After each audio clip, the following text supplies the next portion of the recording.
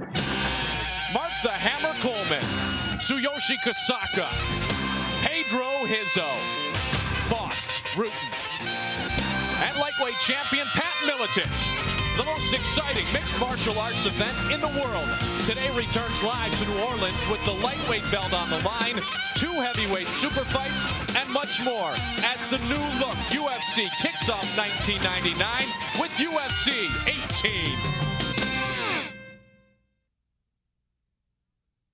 Down the Mississippi River and all the beautiful areas here in the Bayou Country where Creole is king and legends live inside the Pontchartrain Center. Beautiful New Orleans, Louisiana, our first of 9 in 99 here on the UFC. Welcome inside as we have once again unveiled the one, the only, the Octagon at the Pontchartrain Center in New Orleans, Louisiana. This is the UFC. This is UFC 18. Hi again, everybody, and thank you once again for being part of what we hope will be another historic night. We say hello once again to our fans all over the world, our satellite providers staying with us here in the United States, and cable operators, our friends in Canada, and our fans in Japan and Brazil. The UFC once again starts out 99 by going global. One thing is for sure, we boast the greatest mixed martial artists in the world, but another thing is for certain also. The UFC has the most loyal fight fans in the world. One of those loyal fans just happens to be my partner, the Olympic gold medalist, Jeff Blatnick. I'll tell you what, we're ready to go again. 9 in 99, partner. Absolutely incredible. SCG has made a commitment. We are staying on the air, and we are on the air because of you, the fans. And we have an ultimate prize in the ultimate contest for the ultimate fan. All of you who have written cable companies in the past and are going to be continuing to rate cable companies in the future, we want you to send a letter to either www.seg.com or send that letter to SEG Sports, 12 East 57th Street, New York, New York 10022. And in our next show in March, we will pick a winner, and that winner will receive 2 ringside seats and air accommodation to the event for our April show, the finals of the Road to the Heavyweight Championship. We want to say thank you. We would not be on the air, and Canada would not be back unless it was for you and your support, the fans. Thank you. The best way we continue to thank our fans is by continuing to bring you great action inside the Octagon tonight, Jeff. Stop number 2 on the road to the heavyweight title, Pedro Rizzo coming off an impressive debut at Ultimate Brazil. And he'll be taking on Mark Coleman. In the other battle, it'll be Boss Rutten against Tsuyoshi Kosaka. And Coleman, his last 2 times in the Octagon, has lost. A devastating loss to Maurice Smith. Cost him his championship. He then had to go through rehab after hurting his knee. First fight back against Pete Williams of the Lion Den, he's knocked out. And in both fights, Mike, it was conditioning that was the big question mark for Mark Coleman, and he failed in both those tests. I ran out of gas before overtime. I ran out of gas before the fight even started. Mentally, I wasn't prepared for the fight because physically I wasn't prepared. Had them both together, and it's not a good combination, and it's not a good place to be in the middle of the octagon when you're not ready to go. Well, I've trained very hard for this fight. I put everything I've got into this, and I'm confident again. My skills are improved, and I just think my talent's going to be better than his this time around. Interesting side note to that match is that Mark Coleman has spent some time in recent weeks working out with Ken Shamrock on the other side of the ledger. How much hype can be behind the entrance into the Octagon for the first ever time for Boss Rutten? Well, many people have tabbed Boss Rutten in the martial arts world as the complete package. Not only is he a consummate grappler, having come from Pancrase in Japan, but he possesses tremendous striking skill, both with his kicks and in Pancrase with open hands. So now they're saying he gets to close his fist. Imagine how good he's going to be then. And so he comes in here tabbed as such a hype as the favorite, and he's got a lot to live up to. Everybody's putting a hype on me, and I was the king of Pancrase for 2 times and undefeated, and it's a lot of he's going to get a big chance when he's going to defeat me. You know, it's very big for him. And I think he's the best grappler out there right now, the heavyweight grapplers. So for me, it's also a big thing. I think Kosaka's really good. Tsuyoshi Kosaka, often overlooked, sometimes underestimated. Everybody asks why, though. Well, TK possesses a great guard. He's great at defense if he's caught in the bottom, and he survived chemo, eventually coming back and outstriking chemo, both from the guard and eventually at the end of the fight from his feet. But listening to Boss and hearing him say he feels Kosaka is the great grappler, best grappler out there among the heavyweights, shows how much he's taking this fight very seriously and is preparing to take on, really, a very tough fighter in Tsuyoshi Kosaka. There is a belt on the line at our next stop, but this second stop should be historic. Mark Coleman against Pedro Rizzo, Boss Rutten against Tsuyoshi Kosaka. The road to the heavyweight title continues tonight. There is also a belt on the line in the lightweight division as Pat Miletich will defend his title for the first time. The Croatian sensation has been spectacular inside the octagon. Pat Miletich really has made the most of his skills. He is not the most explosive individual, not the most dynamic individual coming up with all kinds of crazy, wild, funky techniques. He knows what he needs to do, and he gets the job done. He is our lightweight champion. And he's got a real test. Jorge Patino is extremely explosive. Many of his fights have not even lasted 1 minute. And so Miletich is really going to have to face a storm of offense for really the first time in any of his fights in the UFC, and it's going to be a test for him. And in the other lightweight match, interestingly, Burnett and Saunders, who are going to meet up, both lost split decisions to Pat Miletich. The winner of that fight puts himself in line for a rematch for the title. And Jeff, it was here in New Orleans that Pat Miletich said Mikey Burnett put the lightweight division on the map. One of Mikey Burnett's teammates will re-enter the octagon this evening. He was hurt and could not take on Vitor Belfort as was expected in Brazil. But Jerry Bohlander, a determined 24-year-old, experienced Jerry Bohlander, is back inside the walls today. Bohlander's only UFC losses to Gary Goodrich. Bohlander, an expert at submissions, loves working on the ground. He is out of the lion's den. The current middleweight champion, Frank Shamrock, has been sensational. He is not on the card. Bohlander certainly is a top candidate, as well as someone who else we'll be visiting with, and that will be Vitor Belfort. With his stunning victory down in Ultimate Brazil, puts himself back in that middleweight picture. That should be very interesting. Bohlander versus Tito Ortiz. Ortiz, a wrestler, very, very powerful, very, very tough. Should be a great bout. All right, our judges for this evening's matches will be Tim Catalfo from Atlanta, Georgia, founder of the American Submission Academy, Dave Meltzer from San Jose, California, and also Eddie Goldman. Both Meltzer and Goldman respected journalists in wrestling and mixed martial arts. Our first bout on the card this evening comes your way in the middleweight division. A couple of newcomers to the octagon, Darrel Gholar and Evan Tanner. And we look forward to seeing the emergence of new stars in 1999. Two of them could be in the form of those two guys right there on your screen. Darrel Gholar with the UFC debut, and Tanner also in the same situation. Evan Tanner, 27 years old, 6 foot, 199 pounds, fighting out of Norman, Oklahoma, actually trying to get his medical degree at the University of Oklahoma. He is the first foreigner ever to win the Pancras NEO Blood Tournament. A single man, 3 years a wrestler in high school, has very good wrestling skills, an overall record of 16-1 in Pancras and Extreme Challenge. He's also the USWF heavyweight champ, and he won a 4-man tournament in that Extreme Challenge. Has 3 years of wrestling background in high school, a year in college.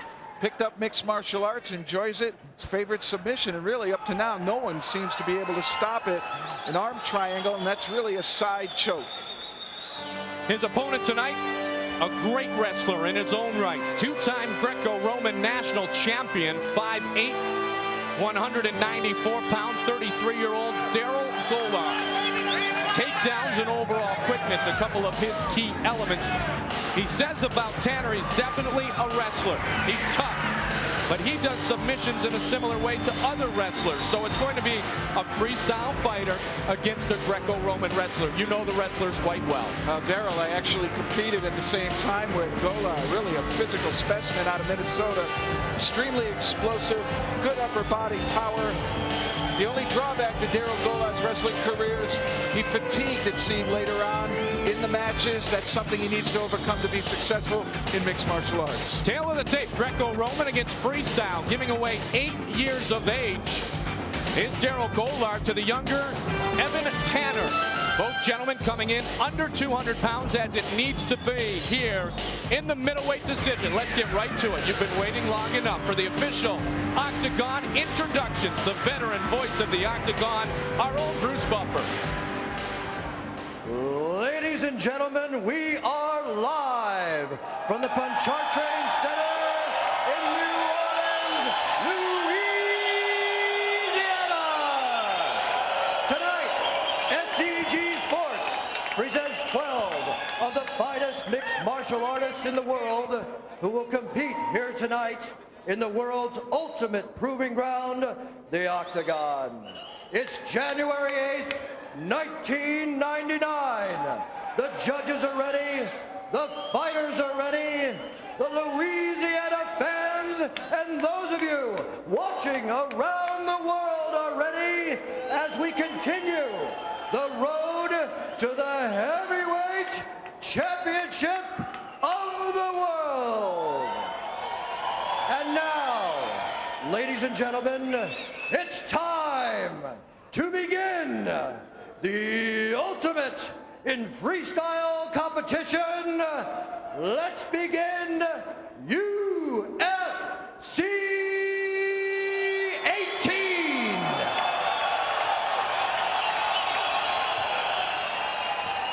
Our first fighter is the fighter standing to my left in this middleweight fight.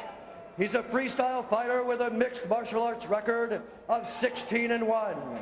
He is the current USWF World Champion, standing 6 feet, weighing in at 199 pounds, fighting out of Norman, Oklahoma, and making his Octagon debut. Please welcome Evan Tanner.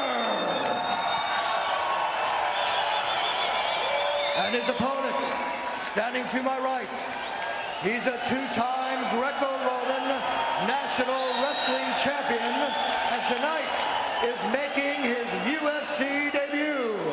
He stands 5 feet, 8 inches tall, weighing in at 194 pounds. Fighting out of Hollywood, California, please welcome Darrel Gholar. And when the action begins, our third man in the Octagon is our referee, Big John McCarthy.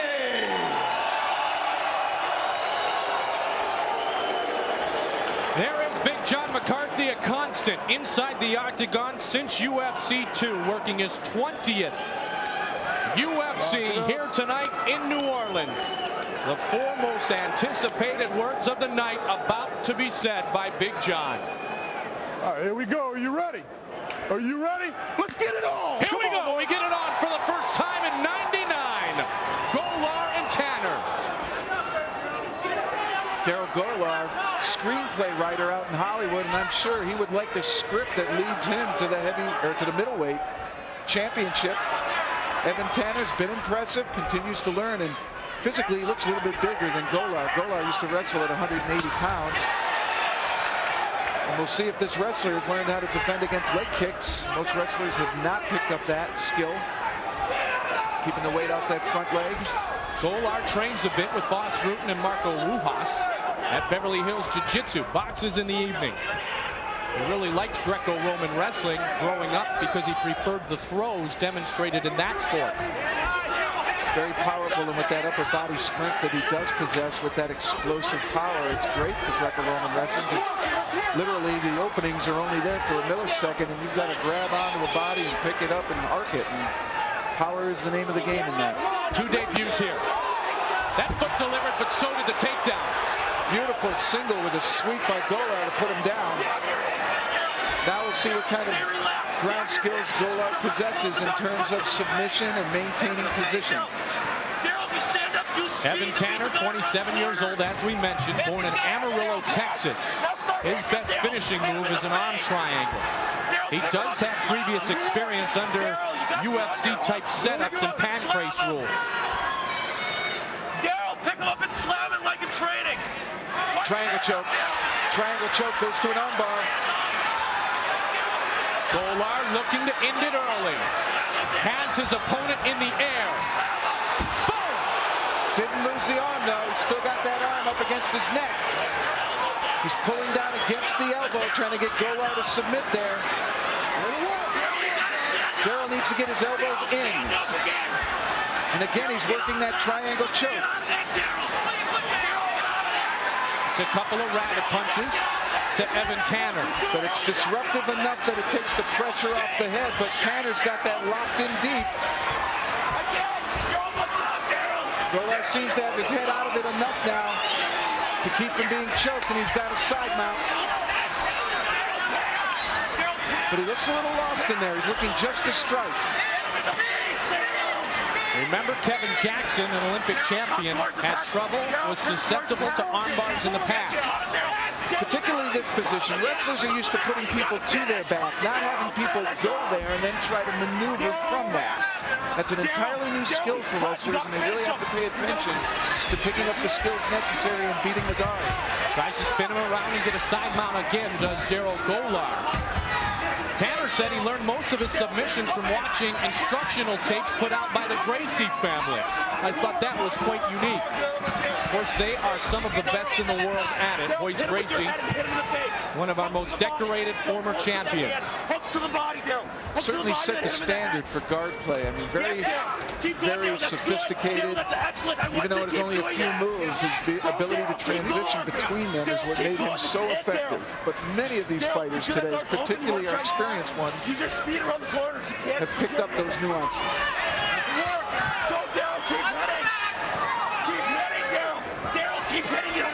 Gholar just doesn't seem to produce any offense here to hurt Tanner. Tanner has a mixed martial arts record of 16-1.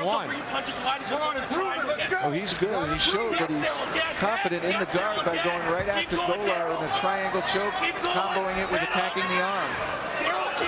And that's what you need, are combinations. You talk about them in boxing, you talk about chain wrestling, putting moves together. Well, likewise, you want a sequence in which one of his submissions going for it is literally a fake, waiting for the response and counter to set up the next. Gholar's corner, able to aid Darrel with instructions as the action right in front of the corner.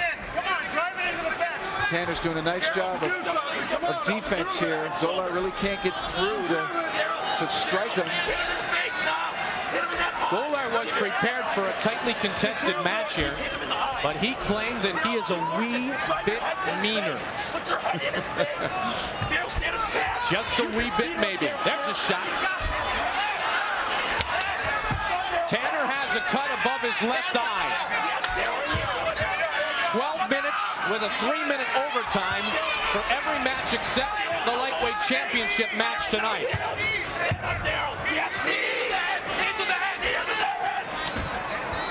They were calling for Darrel from that side mount to knee to the head, but Gholar unable really to get the position, crowded up against the fence to get the space to get position. Training with Boz Rutten and Marco Hujas.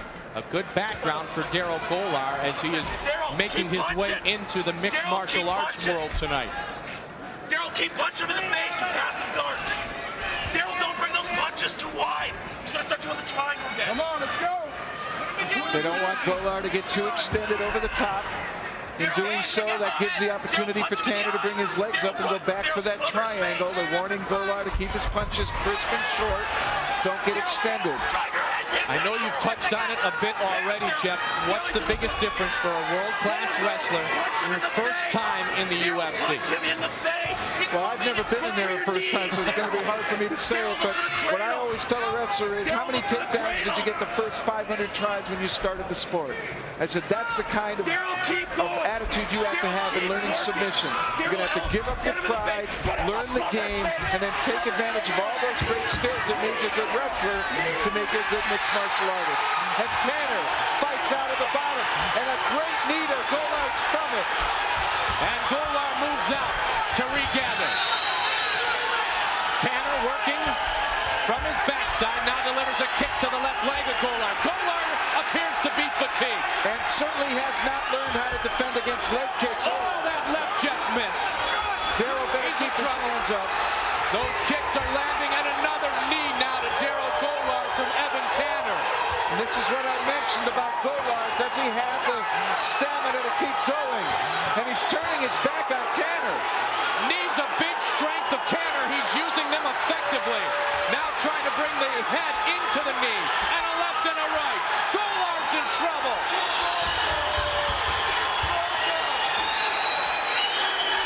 Tanner again. Tanner showing great heart to get off the bottom, and now in a huge flurry is applying some effective strikes to Gholar using knees, elbows, and punches.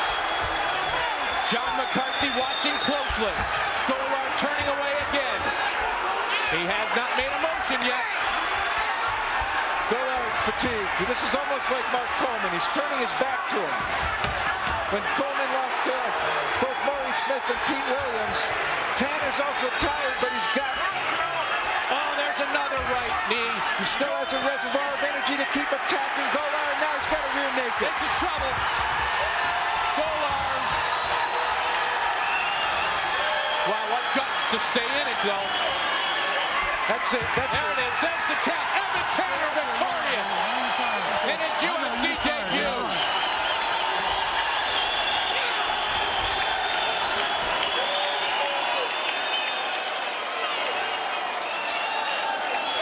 Conditioning the factor there, Mike.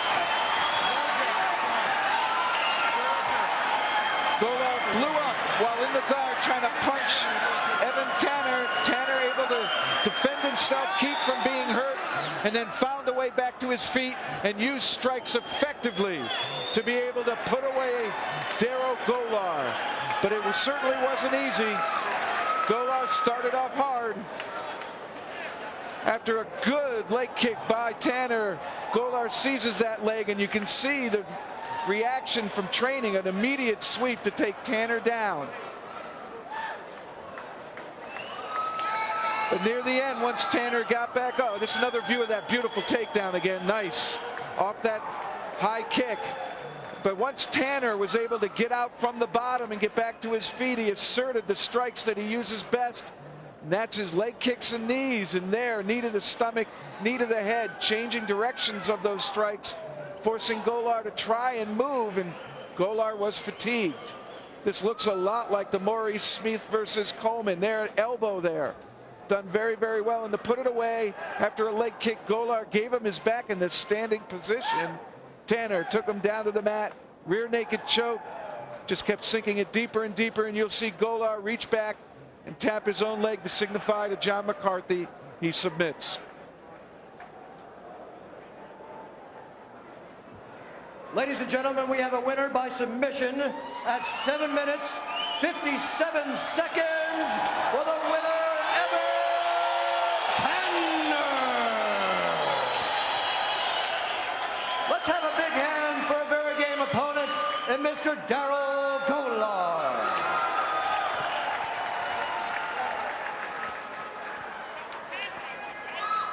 Well, a great performance by Evan Tanner, coming out of Extreme Challenge, his last big tournament that he won, a four-man tournament, and now he's established himself here at the Ultimate Proving Ground, the UFC, and he did short work once he got Darrel Gholar back to his feet. Let's go to Mike Goldberg with our winner, Evan Tanner. Evan, congratulations, a UFC debut successful. It seemed that your mixed martial arts experience really took over a couple of minutes into the match. Yeah, he had good wrestling skills. I assumed if we did go to the ground, he would get the takedown. So I prepared in my training to be able to fight from underneath. I assumed I would be there if we went down. Out of your breath right now, obviously, but Darrel Gholar seemed to be very, very gassed as you worked from your guard. He had the side mount for a moment there. You were holding your energy. You were waiting to get back to your feet, weren't you? Yeah, I was just trying to defend, and until I got a chance to escape, go on my feet again. I thought I'd have an advantage on my feet against him. You know, you've had so much success in mixed martial arts. How nice is it to have success in your UFC debut? Feels good. Feels good. I hope to do a lot more. I'm sure you will. Evan Tanner, congratulations. Thank you. Our first winner tonight, Evan Tanner. Impressive, winning by submission this evening in the first bout at 7:57, Jeff. And it started tough for Evan Tanner. Tried a leg kick against Gholar. Gholar immediately picked it up. Beautiful leg sweep to follow, dumping Tanner to his back.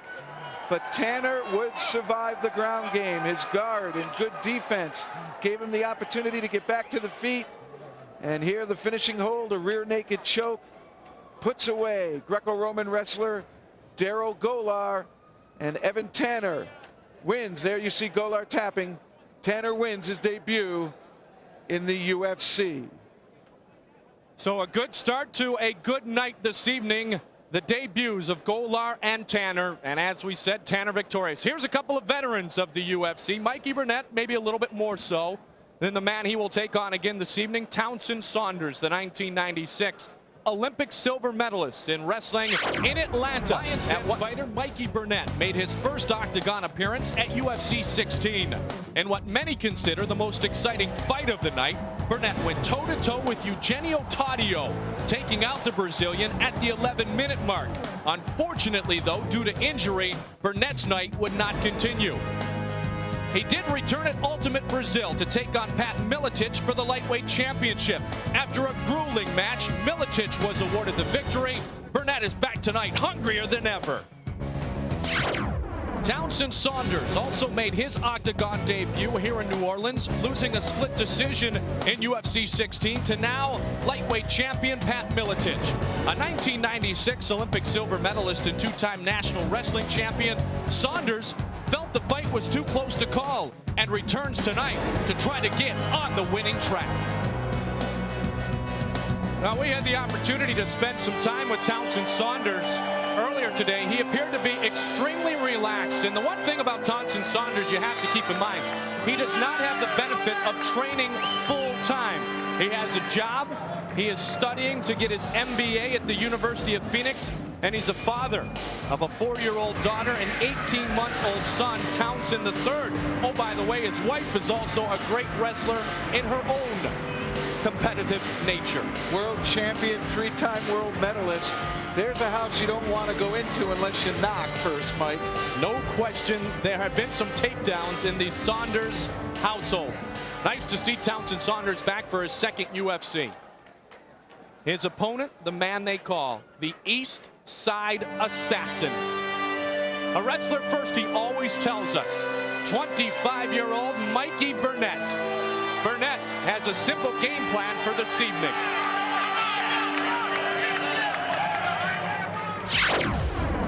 Same as always, man. Take it to him, you know. Let's see what he's got.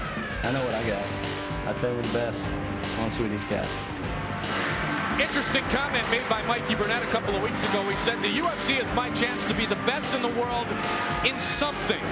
He says he's improved a lot since his last fight when he was disappointed in his performance against Pat Miletich. He said, I'll lose before I'll take another stalemate. Now, Burnett was disappointed with that performance. He says he wants a finish. He says if it's a decision, give it to the other guy. But I'm sure if he fights well and earns a decision here, he'll be happy with that. Tremendous power, 600 deadlifts, 600 squat, a 400 bench press. And on top of all that, he's got Ken Shamrock in his corner, Mike Goldberg. And Ken has been putting the leather to every member of the Lions Den. Tail of the tape, the East Side Assassin, Mikey Burnett. From the Lions Den, submission specialist, 25 years old, 5'6", 169 pounds, taking on one of the world's greatest wrestlers, Townsend Saunders. From White Sands, New Mexico, now working out in his hometown of Phoenix.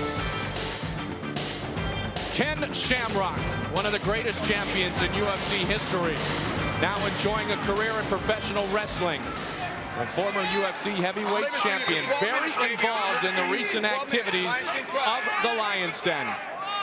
Intense in his own right. For the official introductions, back inside the octagon, to the voice of the octagon, Bruce Buffer.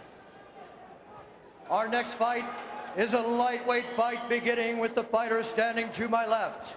He is a freestyle wrestler and a former two-time national champion and 1996 Olympic silver medalist. He stands 5 feet, 5 inches tall, weighing in at 169 pounds. Fighting out of Phoenix, Arizona, please welcome Townsend Saunders. And his opponent, standing to my right, he is a submission fighter and former Greco-Roman national champion. He's also an AAU Sambo champion with a UFC record of 1-1. Standing 5 feet, 6 inches tall, weighing in at 169 pounds, fighting out of the Lion's Den in Tulsa, Oklahoma. He's known as the Eastside Assassin. Please welcome Mikey Burnett. And our referee for this event, keep in mind, both of these gentlemen competed on March 13th here in New Orleans. Battle in the Bayou. Burnett was victorious against Tito. Saunders lost to Miletich, but Burnett could not finish. Tony Molinex, our referee, starts this lightweight fight. And this is going to be interesting. How well can Burnett put punches together, because he's not going to be able to take Townsend Saunders down. Question will be, can Saunders, if he wants to go to the ground, which I assume he will, how is he going to penetrate into Burnett's legs? Generally, you wait for the big strike that goes overextended and follow in behind it. We know Mikey Burnett, arguably the best striker in the lightweight division, but Miletich neutralized the strikes of Burnett and brought it to the mat the entire time, nearly in Brazil. Saunders told us this afternoon he can't go toe-to-toe with Mikey Burnett. He knows that. I believe Saunders understands that he has not trained at striking as much as Mikey Burnett has. Certainly not with the kind of competition that Burnett has day in and day out. So look for him to try to keep it even on the feet, and he's probably just waiting for a good opportunity, not trying to rush going in for the legs of Burnett before he actually goes for that takedown. He's going to make sure it's set up right. Now he's still quick on his feet at 31 years old. Mikey 6 years younger at 25 years old. And Townsend has great power himself, particularly in positions that he's most familiar with from wrestling, and that is seizing hips. The Lions Den had some disappointments overseas in Brazil. And as I mentioned before, Ken Shamrock opening a new Lions Den in San Diego, California, has been working very closely with Burnett and Jerry Bohlander, who we will see later tonight in preparation for tonight's matchups. And Burnett always feels that taking on these bigger guys in training like the Lions Den, that left hand hit Saunders, short left hook. He feels that going against these bigger guys gives him the advantage when he comes down and fights a lightweight, that he always seems bigger than them. Smallest member and the last man to be initiated into the Lions Den nearly 2 years ago. Mikey Burnett always talks about that was the most difficult thing he ever had to achieve in his life. Acceptance into one of the world's best fighting clubs, Ken Shamrock's Lions Den. He looks like a boxer. He delivers a big shot to Saunders. Now goes in for the close. Can Saunders regather himself? And he was able to get up. I'm not sure if his head is clear or not. Yeah, he's in trouble. He can't even get close to the legs. There's a chance, but Burnett's able to stop it. It was a right delivered to Townsend Saunders, and he's trying to regather himself. Saunders is still stunned. Goes for the shoot again. Burnett wants nothing of the ground. He was cut on his left Saunders cheek. is going to have to get up from here. Saunders is going to have to get up from here. And Burnett let him get up. Good class act by Burnett. Tony Molinex making his UFC debut as our referee here in this lightweight matchup. Burnett showing his good stand-up skill, good power punching. Nothing super flashy, but he gets the job done when those fists land. And this is where Saunders doesn't want to be, is in a boxing match, even though he just hit Burnett with the right hand. Nice counter by Saunders. Saunders says he needs to rely more on smarts. He can't go toe-to-toe with the youngsters like he used to do, he said about his wrestling. Certainly that's going to be true in mixed martial arts. You can't depend on youthful energy to overcome mistakes. You could make an argument that the best training in the world takes place in the Lions Den. I said an argument. Don't light up the emails right now. But Mikey talks about the competition he faces every day in his workouts, as good as any competition he feels he will face inside the octagon. And one other thing a wrestler has to learn to overcome is training has been lowered all the way down to 5 minutes, which is an international match. It's been bumped back up this year to 6 minutes. So you train your body to pour every ounce of energy in that 6-minute time frame. But in a mixed martial art contest, you have to extend it out 12, 15 minutes. And in doing so, that really is reconditioning your body. And that's a challenge. Townsend fought through a tough period there, Jeff, and he looks to have his legs back again. Yeah, certainly his eyes are clear. He looks as though he's focused in again on what he needs to do, not backing away, wondering what's going to happen next. Don't stand there, don't stand there. You mentioned the fact that Mikey Burnett, former powerlifting world champion for his weight class. And that's where you see when Saunders shoots for the leg and Burnett sprawls and extends himself. That's literally a deadlift motion, really at an angle, at a diagonal, and he's so powerful at it and has all that wrestling experience from the Lions Den that unless Saunders really sets him up well, he's not going to be able to just pull Mikey Burnett's legs out from under him. Almost connected again. Saunders ducks out of the way, but he's unable to shoot towards the legs. Burnett did a nice job of guarding against that. Now they are entangled, pushed up against the octagon fencing. Not allowed to grab the fence and hold.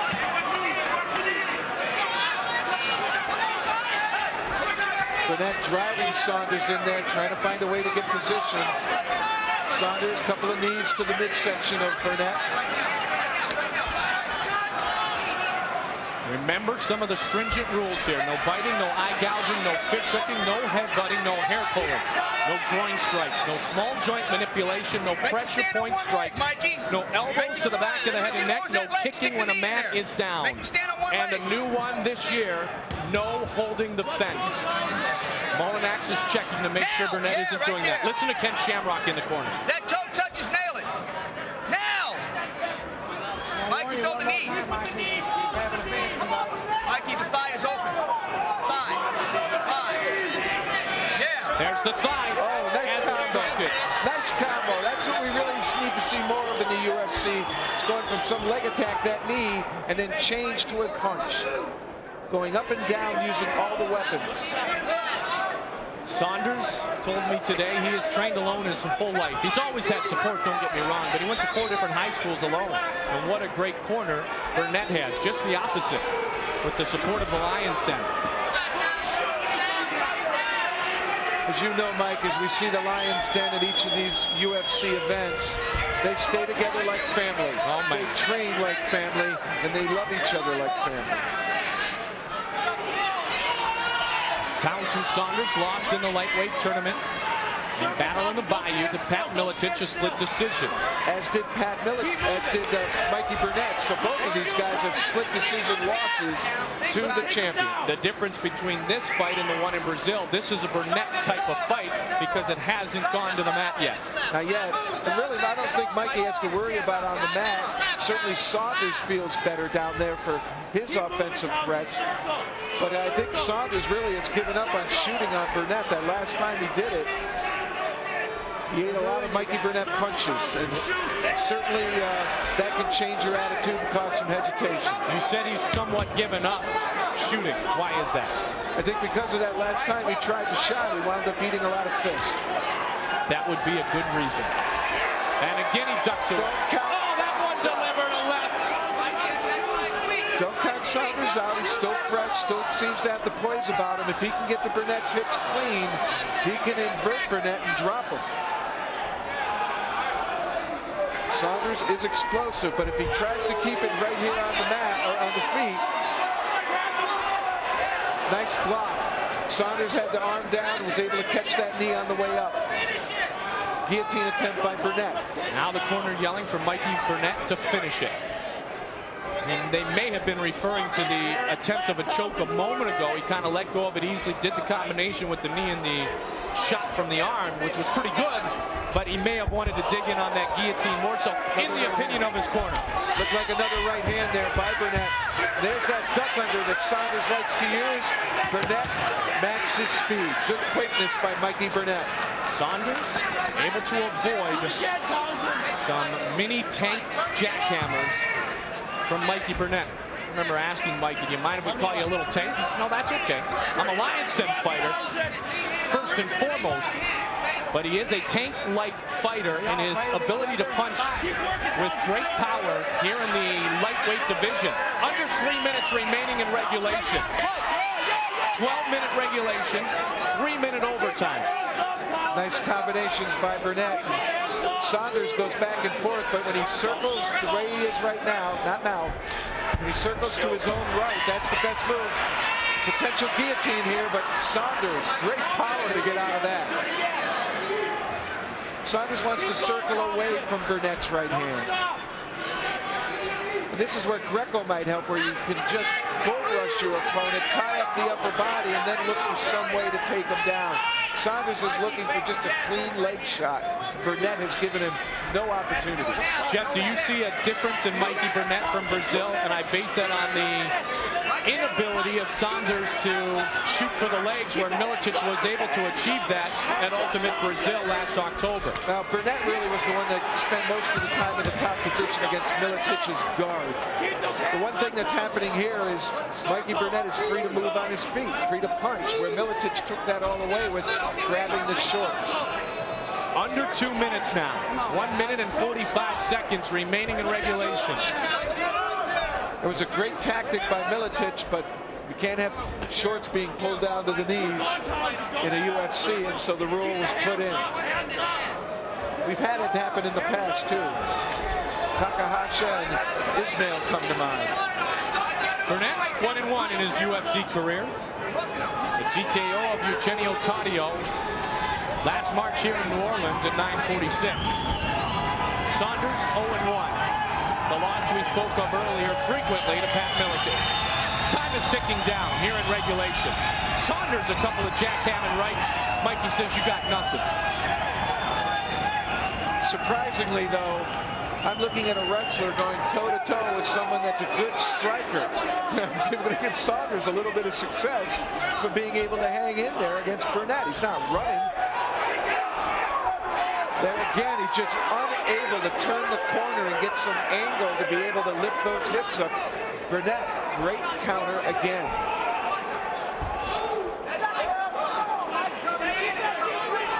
Saunders doesn't appear to be over fatigued. He's still able to move, still able to throw punches. Just not the kind of combinations that Burnett throws. 20 seconds left. Another left. Grazes the chin of Townsend Saunders.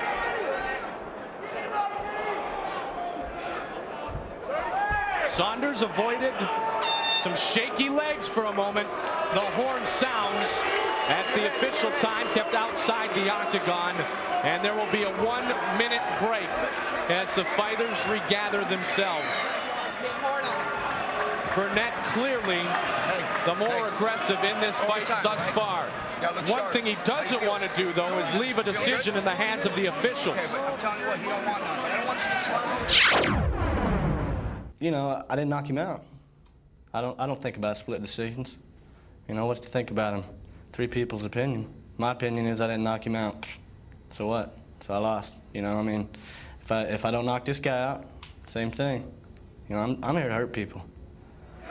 Well, he hurt his opponent Townsend Saunders early in the matchup.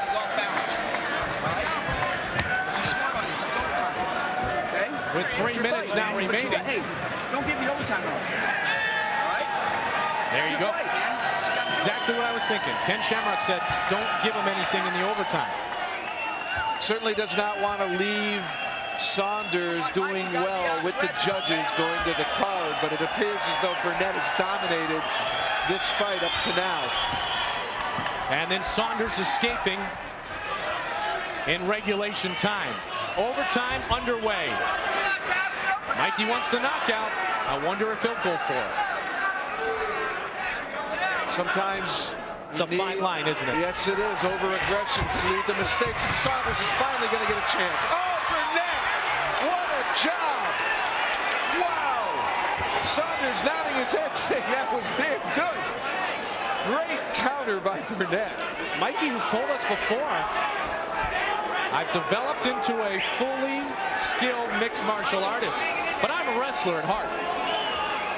Certainly that was a tremendous sprawl, able to keep facing Saunders when he drove him in against the fence, and cat-like quickness to catch his feet before Saunders could really cover him and keep him down. Remember the criteria of the officials if they are asked to render a decision. Aggressiveness, striking, and grappling. Burnett got hit that time. He smiles. Oh, he knows it. He nodded to Saunders saying, that one you hit me. Townsend has great quickness. So does Mikey Burnett. Both appear to be fresh still. And you got to wonder, Saunders has really picked up his aggressive nature, nearly got a takedown, good right hand there, but still, over the whole course of the fight, Burnett is dominated. And there, Burnett goes for a clinch. That's what I thought Saunders would try to do, is tie him upper body, find some way to close move him and get to the hips. Try to pick him up. Townsend, let's take him down. But this is where Burnett and Greco-Roman wrestling help out an awful lot. Underhooks and controlling the upper body. He's now under Saunders, both of Saunders' arms, part of the double underhook. Has his hands locked, and if Saunders isn't careful, Burnett will bear hug him in, lift him, and drop him. Knee to the head. Last minute of the match. If Saunders brings that head down too much, watch for that left knee of Burnett to come up. He's able to block the near leg, Burnett's right leg, but the left one, if he brings his head down, could connect. Are you surprised that this has been on its feet the whole time, Jeff? Yes, I am. I really thought Saunders would find a way to take Mikey Burnett down. And Burnett really using his power now to squeeze Saunders, trying to find a way to bring him down, but that fence is going to hold Saunders up as long as he stays close to it. Burnett went for the left knee to the face of Saunders a moment ago and connected with Townsend Saunders. Maybe a right knee now. Watch for a right knee by Burnett. And time has expired. There's the horn. The official horn has sounded as the competitors show great sportsmanship. Mikey Burnett and Townsend Saunders, and once again Saunders going the distance. The knockdown by Burnett will probably be the difference when the judges render their decision. Well, he dominated the striking throughout the regulation. At the end there, he's controlling a bit of the grappling action, but really no damage except for that one flurry by Burnett was obtained. Both of these fighters losing to lightweight champion Pat Miletich in a split decision. Both knew that a win here could set them up for a rematch. A good single leg by Townsend Saunders drives Burnett sideways, gets him into the fence, but cat-like quickness allows Burnett to attain his feet again, denies Saunders the takedown. Another look at that here. Good single to the outside by Saunders. He turns, gets angle, drives into Burnett, but Burnett able to keep his feet right there before Saunders could get on top of him and cover. And Burnett, as he stood, threw some good bombs towards Townsend Saunders as well. Good fight. Ladies and gentlemen, we must go to the judges' cards after one overtime for a decision. We have a unanimous decision for the winner, Mikey the East Side Assassin Burnett. Let's have a big hand for a very game opponent. Mikey Burnett given a unanimous decision, probably based on that one good flurry where he got Saunders down and had him in trouble. Saunders able to regain form, composure, and finish the fight well, but Burnett was ahead on points. All three judges felt, and he is awarded the victor. Tough loss for Saunders. This is his second close fight against the top lightweights here at the UFC, Pat Miletich and Mikey Burnett. He was game, but just lacks a little bit of the offense he may need to put himself over as a champion. Again, a good performance by Townsend Saunders. Mikey Burnett, however, is the winner, and he puts himself right back in the middle of the lightweight championship picture. Let's go to Mike Goldberg with our winner. Well, Mikey Burnett having some words with Free Betancourt and Ken Shamrock. Another victory for the Lions Den. Congratulations, Mikey. Thank you very much. I want to say this, as I said before, I never consider it a true victory unless I knock him out. I thought I had him in the early going. Guy's a tough guy. You know, obviously he's been working on his boxing and stuff. He fought a great fight, but you know, I won him. You know, he couldn't take me down. And that's something I'm proud of. I thought about taking a shot, actually, I think I did. And I wanted to take him down. You know, I wanted to show everybody how well I can wrestle. Everybody goes, well, can you fight off your back? Right. I didn't have to. Are you surprised by that, Mikey? Because we were a bit surprised that it never went to the ground. It was a boxing match almost for you, and that's your advantage. You're right, you're right. Look who I work with, though. Right. I work with the greatest fighters in the world back home in Tulsa, Oklahoma. Everybody I work with is outstanding. You know. We got one more mountain to climb, though. We got one more mountain to climb, baby. It's not even about a belt, but I want to fight again against Miletich. This time, like Saunders fought me. You know, it's interesting. Fight me like that. Ken's right behind you right now, very close to the Lions Den. Obviously, it's Ken Shamrock's Lions Den. He's been very active with you and Jerry getting prepared for this fight. What difference does that make in preparation? Makes a great deal of difference. You know, in my opinion, Ken's the greatest UFC fighter ever. And the scary thing about that, he's even a better trainer. That's the scary part about it. I mean, he's always been with us. Everybody said when he went to WWF that he left. Not true. He was always there, you know. Lions Den's right here. It's nowhere else. I go home to Oklahoma. I got good people to work with. No and I mean, they're Lions Den people too. They don't fight, but they train me every day. I got my boxing trainers here right now. You know, we're going to be on top of the food chain. Go enjoy it, Mikey. Thank you. I know you'll be in Jerry's corner later. We'll see Jerry Bohlander later in the show. Definitely, and Mark Coleman. No question about it. Mark Coleman also working out with Ken Shamrock recently. Mikey Burnett winning a unanimous decision here again tonight. He wins in the octagon, defeating Townsend Saunders. And indeed, a very good victory for Mikey Burnett. Sets him back up, and here's some more footage there. That left hand that stunned Saunders and knocked him down. The real damage here in this fight, and really the only damage in this fight. Saunders game trying to get a takedown against Mikey Burnett. This was his best attempt, but before he could cover Burnett, they reached the fence. It allowed Burnett to get back to his feet quickly. And again, Burnett ended that sequence of counter with punches. Well, let's not forget, we have the road to the heavyweight title coming up. It'll start with Mark Coleman taking on Pedro Rizzo. A great stunning victory with the knockout of Tank Abbott, and he actually knocked Abbott down 3 times on the way to that victory. Mark Coleman, one of our great champions with ground and pound. However, he had a stunning loss, a big loss to Maurice Smith, and then another loss to Pete Williams of the Lions Den. And Coleman is looking to get back into the heavyweight title picture, and he's going to have to do it now. Well, the heavy hitters are ready to continue the road to the heavyweight title.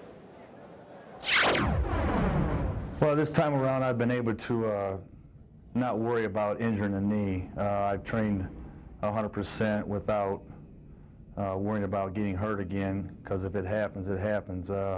I've had some help from Ken Shamrock. He invited me down to the Lions Den, and the intensity he brought to the table was just what I needed. He showed me some things, and it worked out very well. I think it will be a very hard fight. You know, Coleman, he's a champ. You know, he already got 3 belts. Has more experience than me, so I think it will be hard to beat him. You know, but I trained very hard for this. It will be a war. Well, undoubtedly, Pedro Rizzo, extremely impressive at Ultimate Brazil in his knockout of Tank Abbott, the bad boy of the UFC. Another man who was extremely impressive, a former champion, Vitor Belfort. Vitor, Happy New Year. Oh, thank you very much for you too. You came here tonight. Yeah. With the thought of fighting. You're sitting with us. What's the story? What's going on? Yeah, what's going on? Like I never had a chance to fight for the title yet, and I'm here for a reason. I spoke to Bob Meyervix, the promoter, and he's putting the fight me and Frank Shamrock in March. And I heard he don't want to fight in March, and I'm here to let him know I'm ready here. I'm waiting for him. You know, he said he said he's the best in the world in his weight, and I'm here to challenge him. He's not the best, and I want to take the proof in March.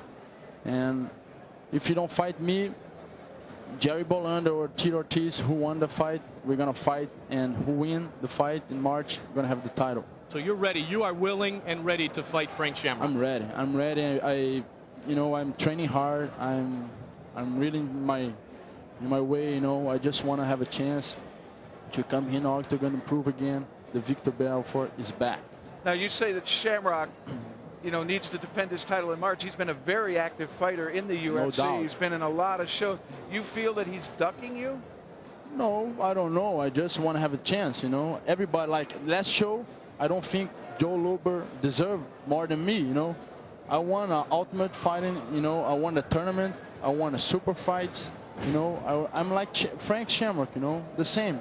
I think both deserve to fight each other. It's going to be a tough fight. I bet all the audience want to see that bout. You know, it's going to be exciting. I want to see that bout, but Frank is our lightweight champion. He's beaten all comers up to now. You feel you're in line. You're the next. What do you think?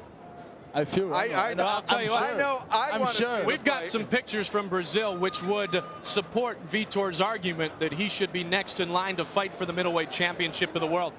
This was impressive, Vitor. I know you were kind of wondering how you would come out. Take us through this Ultimate Brazil, the way you hammered your opponent. Yeah, because I'm very fast and I'm quick. You see, he's coming to me, you know. I'm very relaxed, you know. I'm here waiting for him. I knew he would come. I train more grapple. I train more jiu-jitsu than boxing that time, you know. I have fast hands, you know. That's my talent, gift from God, I think. You've had some problems in the past with health. Unfortunately, you weren't able to bring your best to the Randy Couture fight. How have you changed? How have you matured the last couple of years as a mixed martial artist? I changed a lot of things, you know. First of all, I took care of my worm that I had, you know. And first I dropped the weights. You see how I'm fast. I'm much more faster now, you know. And my techniques, my friends, I'm being grapple, a lot of cardiovascular work. You know, I think in this weight for me is best. And I want to tell you guys, you know, after this fight in March, I'm gonna come back in heavyweight and I'm gonna try to fight one and fight another one. That's my goal, you know. I have a question for you. It almost seemed when you got up after knocking De Silva out there that you were surprised. You kind of looked down and went, and it almost seemed like a rejuvenation of confidence within you. Yeah, because suddenly you were back. No, because he's the kind of guy, a lot of people think he fought me and then I knock him out and fast, and he's not a good fighter. Let me tell you, he's the best fighter, one of the best fighters I ever saw. He's very aggressive, he can take a punch, and he can grapple, you know. And when I saw him on the ground, and I punched him, then I look in Brazil, in my country, and all the people from his, you know, I get excited, you know. I stand up and I didn't say anything bad word, just very happy and very like, I knew that would come back, but too fast, 24 punches in 7 seconds. Yeah, that's impressive for myself. You know what? That was impressive, Vitor. No one has questioned that. I think that we should. But that's what's happened. When I saw him, that's right. Wow. You know what we should say? The interesting thing, though, is that may have been as impressive as you have been in the octagon, but Frank showed his punching power also. If you were to meet Frank Shamrock, and it would be a great middleweight championship bout, what will be the difference? What will be the key to victory for Vitor Belfort? We got to fight in March for everybody to watch, you know. I'm going to prepare myself, and I'm going to try to do my best, and I hope, God, I can show the world I can do good in the day. You know, I don't know. He's a tough fighter, too, you know. Let's see. That's what I want. I want to fight. I'm a professional. He's a professional. He proved a lot. I prove a lot. Now's the time to two fighters, the best fighter in the world, to meet each other, you know. And I think March is a great date, 5 of March. It's a birthday of my friend and my sponsorship, the secretary of the sport in Brazil, Zé Moraes, you know. I just want to...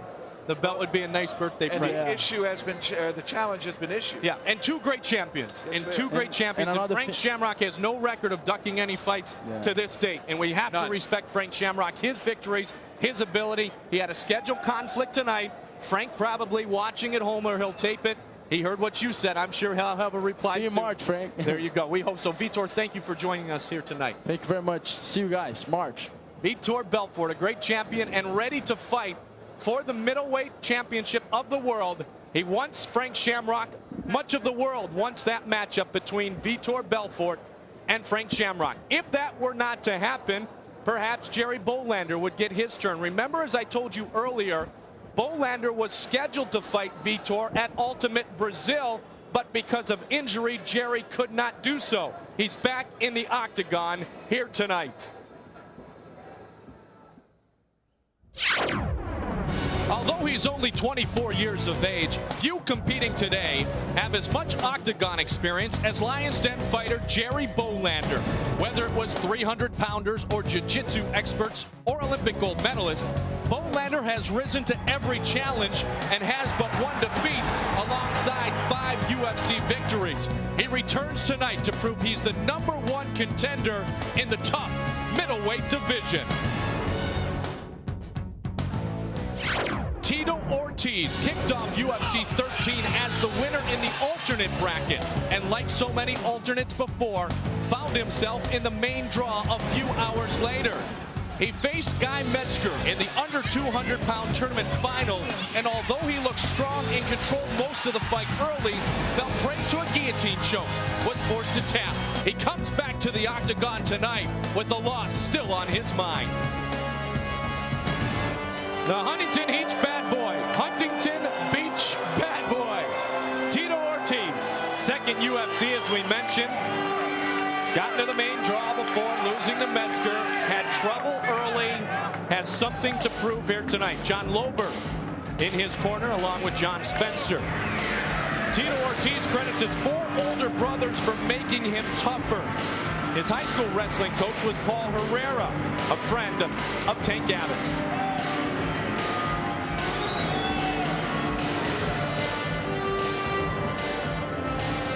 I got to wonder what Tank Abbott thinks of that moniker for Mr. Ortiz. And Jerry Bohlander will be his opponent this evening as John McCarthy talks to Tito Ortiz. Lions Den fighter for the last 4 years, 24 years old. Impressively, 5-1 in the UFC. Both fighters are expecting to see a great bout tonight. Probably try to pound me. That's, you know, he's a pretty one-dimensional fighter. Basically, I don't expect him to do any one thing. I mean, he could try any number of things, but you know what? I train with, like I said before, I train with the best fighters in the world. There's nothing that he could do that I can't counter. I mean, there's always a fluke that could happen, but you know what? The chances are small. So basically, I'm going in there with a win already. Again, displaying the confidence of a Lions Den fighter that we spoke of earlier, Jerry Bohlander, his hometown of San Diego, California, born in Norfolk, Virginia, 24 years old, 5'11", 199 pounds. His training always emphasizes one's strengths as well as fixing one's weaknesses. And that's certainly what he needs to do. He's a master of submission, well-rounded in his approach. And look for Mr. Bohlander as a product of the Lions Den to have a huge heart. Tail of the tape for this, our middleweight fight, and perhaps it could be an advancement to a middleweight championship fight. Can Shamrock and Vitor Belfort perhaps in March? Bohlander and Ortiz knocking at the door. Only 1 year separates these two. 6'2", Tito Ortiz, 3 inches taller than Jerry Bohlander. The official introductions forthcoming from Bruce Buffer. Ladies and gentlemen, our next fight is a middleweight fight beginning with the fighter standing to my left. He is a submission fighter and a UFC 13 veteran. He has a mixed martial arts record of 1-1. Standing 6 feet, 2 inches tall, weighing in at 199 pounds. Fighting out of Huntington Beach, California, please welcome Tito Ortiz. And his opponent, standing to my right, He is a submission fighter with a UFC record of 5-1. He is a veteran of UFC's 8, 11, 12, and 16. He stands 5 feet 11 inches tall, weighing in at 199 pounds, and he's fighting out of the Lion's Den in San Diego, California. Please welcome Jerry Bohlander.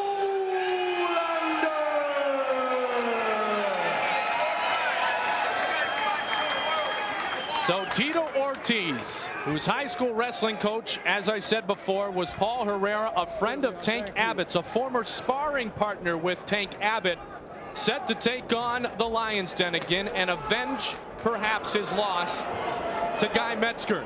We are set to get it underway inside the octagon to Big John McCarthy. Here we go. Are you ready? Are you ready? Let's get it on. Middleweight fight number 2 on the card tonight. Watch for Ortiz. He wants to keep it on his feet. He's a good grappler. He can go down to the ground, but Bohlander is very comfortable, particularly on his back, looking for submissions. Ortiz got caught in the guillotine. He says, I will never get caught in a guillotine again. This one does not stay on the feet very long. Half guard. Bohlander now applies the full guard. Ortiz using his head to try to keep Bohlander pinned in against the fence. Bohlander trying to keep the space close, not allow punching room. But Bohlander goes inverted. This is what he loves to do. He'll roll right back on the back of his head, try to scoop Ortiz's head with his leg and look for arm bars. How disruptive is that to an opponent?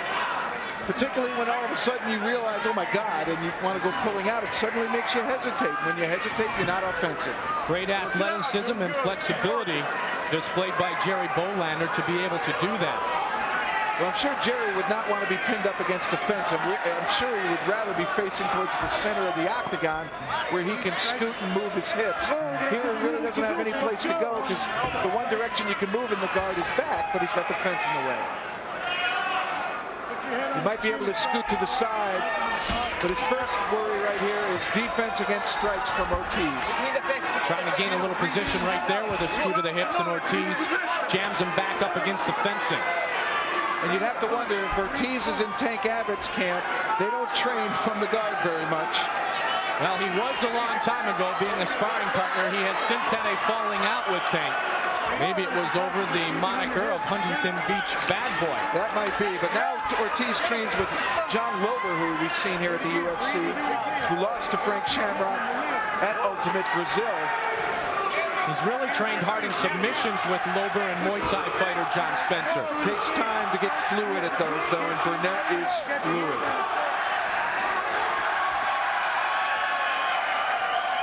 And again, what's really helping Ortiz here is the fact they're up against the fence. Tito Ortiz, born and raised in Huntington Beach, California. Jerry's strength has always been the groundwork. And he gets away from the fencing momentarily. Watch out for the neck, though. Boy, that's tight, too. That is tight, too. Basically a head chancery, as we call it in wrestling. Ortiz with the early advantage on Jerry Bohlander. And he is rocking Bohlander. He is rocking Bohlander with uppercuts. Bohlander is in trouble. Ortiz using great combinations and aggressiveness to overwhelm UFC veteran Jerry Bohlander. And Ortiz is a huge middleweight. He is cutting 10+ pounds to make that 200. Put his arm between your legs. He's gonna get your arm. Bohlander at a disadvantage here early. Trying to work it around again. Tito Ortiz wants a victory over the Lion's Den. Bohlander, including the UFC, overall mixed martial arts, 8-2. He has only lost 2 times. A couple of strikes, but it seems as though Ortiz has slowed down a little bit here. I wonder if that big flurry on the feet might have sapped him of a little bit of energy. He's measuring his punches here, but Bohlander's got his arms up, his legs up. There's not a lot really happening there in terms of damage. On his opponent, Bohlander said, a good wrestler who likes to scrap. That has been the case so far. And effectively scrapping so far. Certainly he has been the aggressor and he has dominated the action thus far. That one flurry on the feet certainly putting him ahead on the judges' card. Well, Ortiz said coming in that he felt that he was superior with striking skills. They're standing it up. Nothing happening. This is an advantage to Jerry Bohlander. 4.5 minutes of an early disadvantage. I'm not sure if this is an advantage for Bohlander, and I'm only going to say that, Mike, because it seems that Mike can't do anything to him on his feet, which means he wants to bring him back down to the ground. And if Ortiz is smart, he's going to try to keep Jerry up against the fence because Bohlander does not have room to move them. Don't be powerful, nice and quick. Don't lead, wait for it. You can hear Ken Shamrock again. Back-to-back Lions Den fighters in our third of 6 fights this evening. Thank you once again, our fans all over the world, for being part of UFC 18. We welcome our viewers back from Canada. We're in Japan live tonight, in Brazil, and across the United States of America. And don't forget, we want to wish you a Happy New Year and make it even happier with the Ultimate Contest. Don't worry, we'll bring that back up, the information at the end of the show. 9-99, what a year it is going to be. And 2 ringside seats along with air travel for our April show, the finals of the heavyweight, road to the heavyweight championship. 5:45 into this fight. Nice combinations by Ortiz again. Leg kick behind it, put a leg behind it. There's the leg. It's amazing how disciplined these fighters are. They hear that voice of Ken Shamrock. They respond almost immediately, instinctively.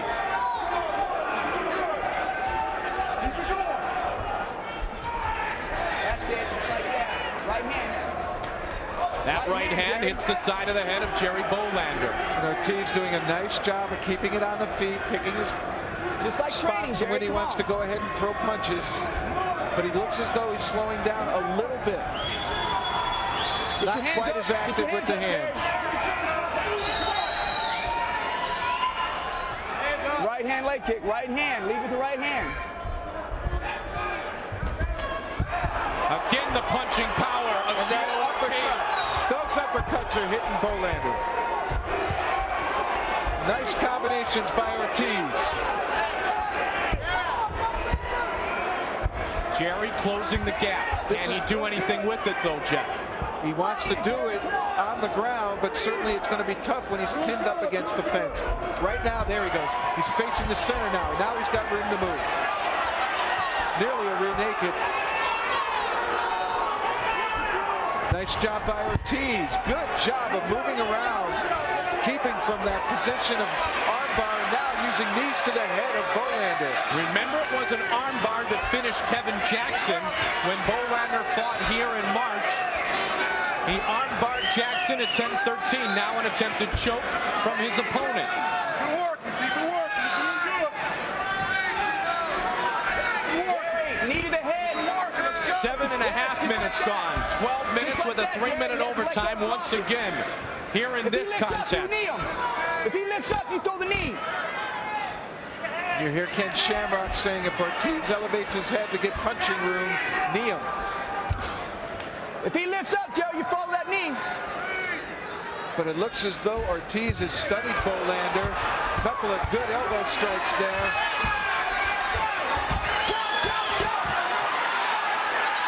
Takedown now by Ortiz going after the ankles. Shamrock telling Jerry to look for a choke. Now he's trying to get an arm.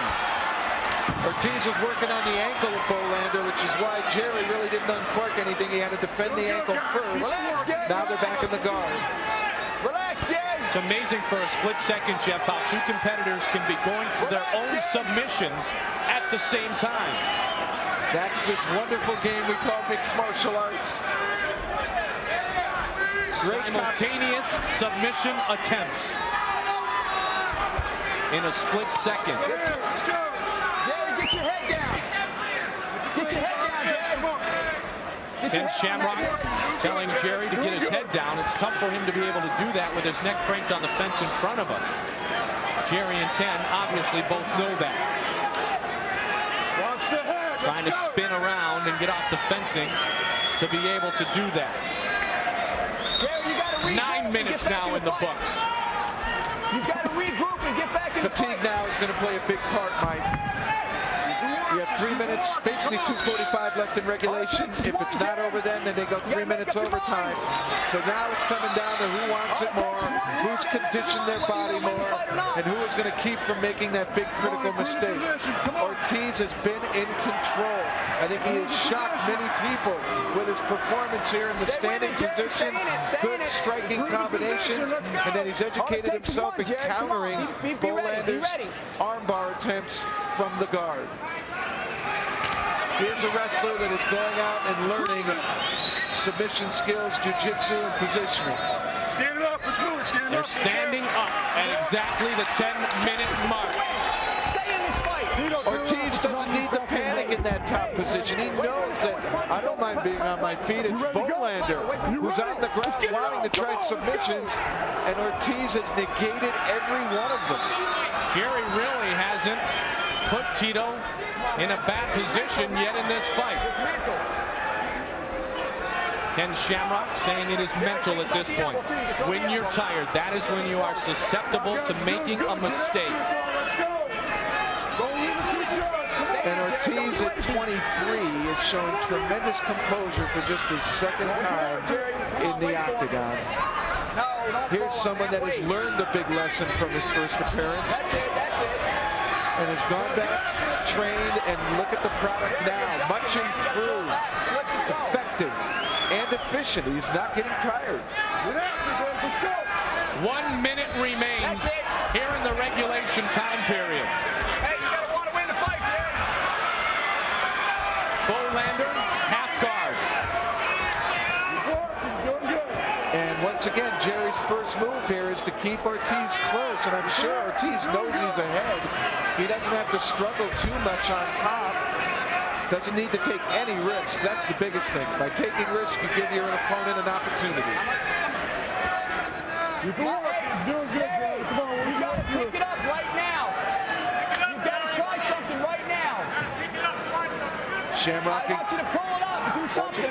That's Kenny Shamrock. What a presence in the corner. Advising Bohlander. We're down to 15 seconds here in regulation. He wants Bohlander to try something here, but Bohlander looks like he's ready to just wait it out, not absorb any damage.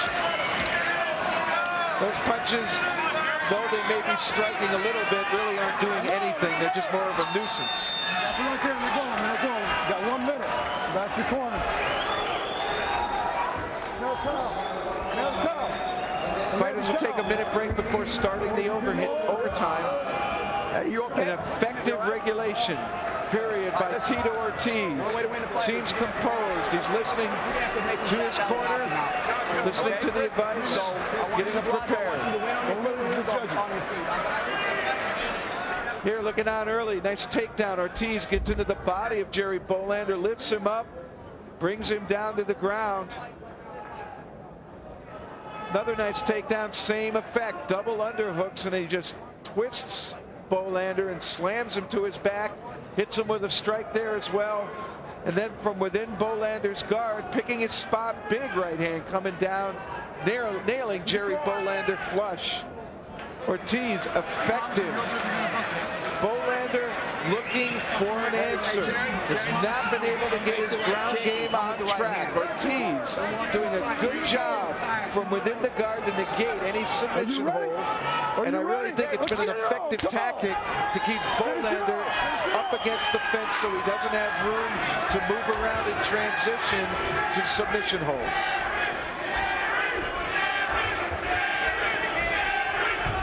Both of these fighters know a victory here puts them in this hunt for a middleweight championship opportunity. And Ortiz again getting an opportunity to strike, throws a good right hand at Bohlander again.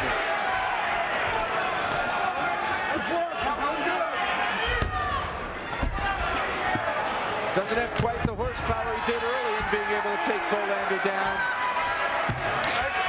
Oh, a left hand, a right hand by Ortiz. Bohlander now, you can sense the urgency in his motion, but this is where Ortiz now can go ahead and relax and let the fight come to him. He's ahead. He's in a good position. He knows what Bohlander wants to do for submission. He'll pick his spots and strike. Remember Petey Williams and the adjustment he made in Mobile, Alabama for the overtime period against Mark Coleman. Just a thought, the discipline of a Lions Den fighter. The Williams came out and struck, and Bohlander did that, but he never got away from Tito Ortiz's double underhook spare hug, and he finds himself back down on the ground, and Ortiz is just going to kill time here. He's going to kill some time. He feels he's ahead. He can control the action, keep from getting hit from Bohlander, and every now and then try to deliver a shot. Halfway now through the overtime period. Ken Shamrock saying, I want you to listen to my voice. Watch for a left hand out of there. Jerry's got to make a move here. He's got his hand tied up, trying to sink a punch or two by. Bohlander, good counter. He's also got a cut above the left eye. You're going to have to make up your mind. Now is the time for Jerry Bohlander. Perhaps the winner of this fight could meet Vitor Belfort, but the door is wide open as always for our honorable, respectable, wonderful middleweight champion Frank Shamrock to defend his title. Shamrock, a great champion, stunning in his latest victories, just a tremendous athlete. He's moved himself so far in the mixed martial arts world. And Bohlander's cut's going to get looked at. 29 seconds unofficially remaining here in the overtime period as the doctor, Richard Istrico, and our veteran cut man, Leon Tabbs, comes into the ring, and Ortiz has a huge smile on his face. He senses it. He senses it. He's sensing it. It appears as though that cut is bad. Well, I heard one of the doctors or Leon say it's too close to the eye. We have never had a serious injury in the history of the UFC. How much time's left, Doc? How much time's left? How much time we got? 29 seconds remain. You hear everyone trying to wonder how much time is left as they attend to Jerry Bohlander. Ortiz has landed some good punches thus far, but it appears to have been a forearm right there. Quick, short, powerful forearm that opened up that cut. Another good view of it right there, and that's when the blood started. It appears as though the cut is bad, and they're going to end the fight, Mike. It is over. Tito Ortiz, and he fires the shotguns towards the Lions Den corner. Ortiz victorious. I don't know if you would deem it an upset or not, but based on experience, I suppose you could use that word. This word, I'm going to use the word. This is an upset. The upset of Jerry Bohlander.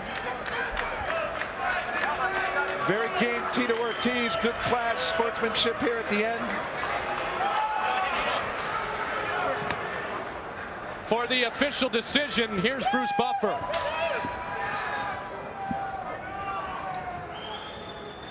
We have a winner at 2 minutes, 31 seconds of the overtime.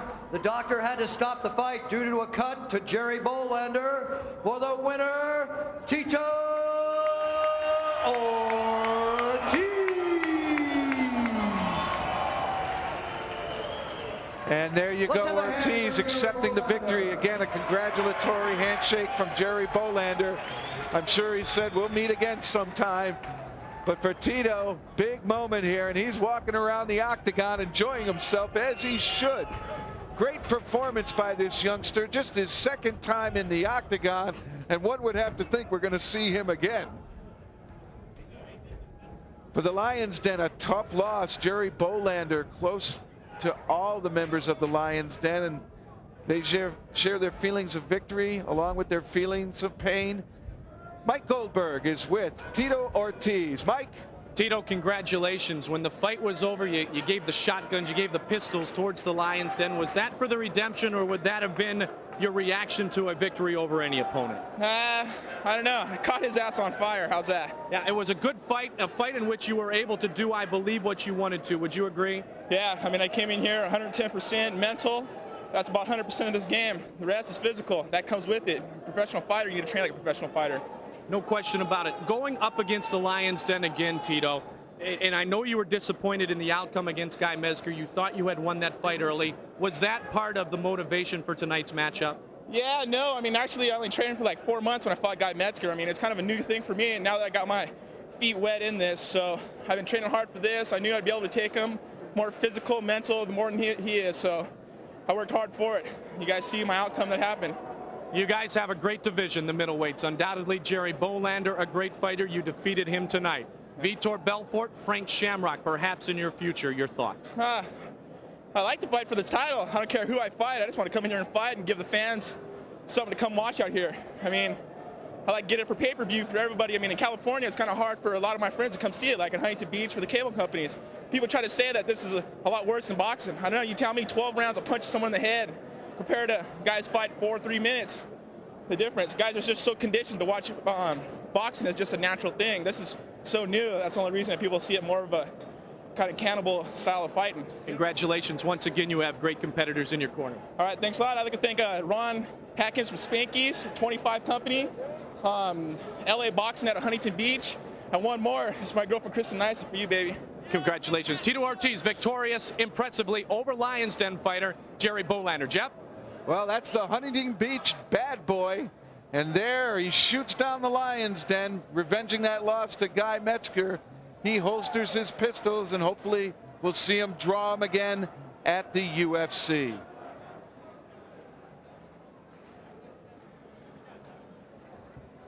Don't forget later the road to the heavyweight champion, Boss Rutten and Tsuyoshi Kosaka.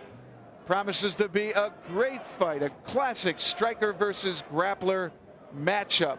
And Boss Rutten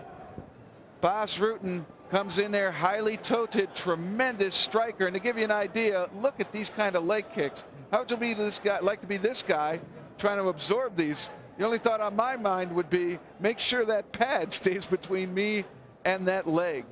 Rutten known for his ripping kicks and his palm heel strikes in pancrase, and now with a closed fist, he can be that much more dangerous in the UFC. Well, the UFC, this is the first of 9 in 99, as I have set off in this evening.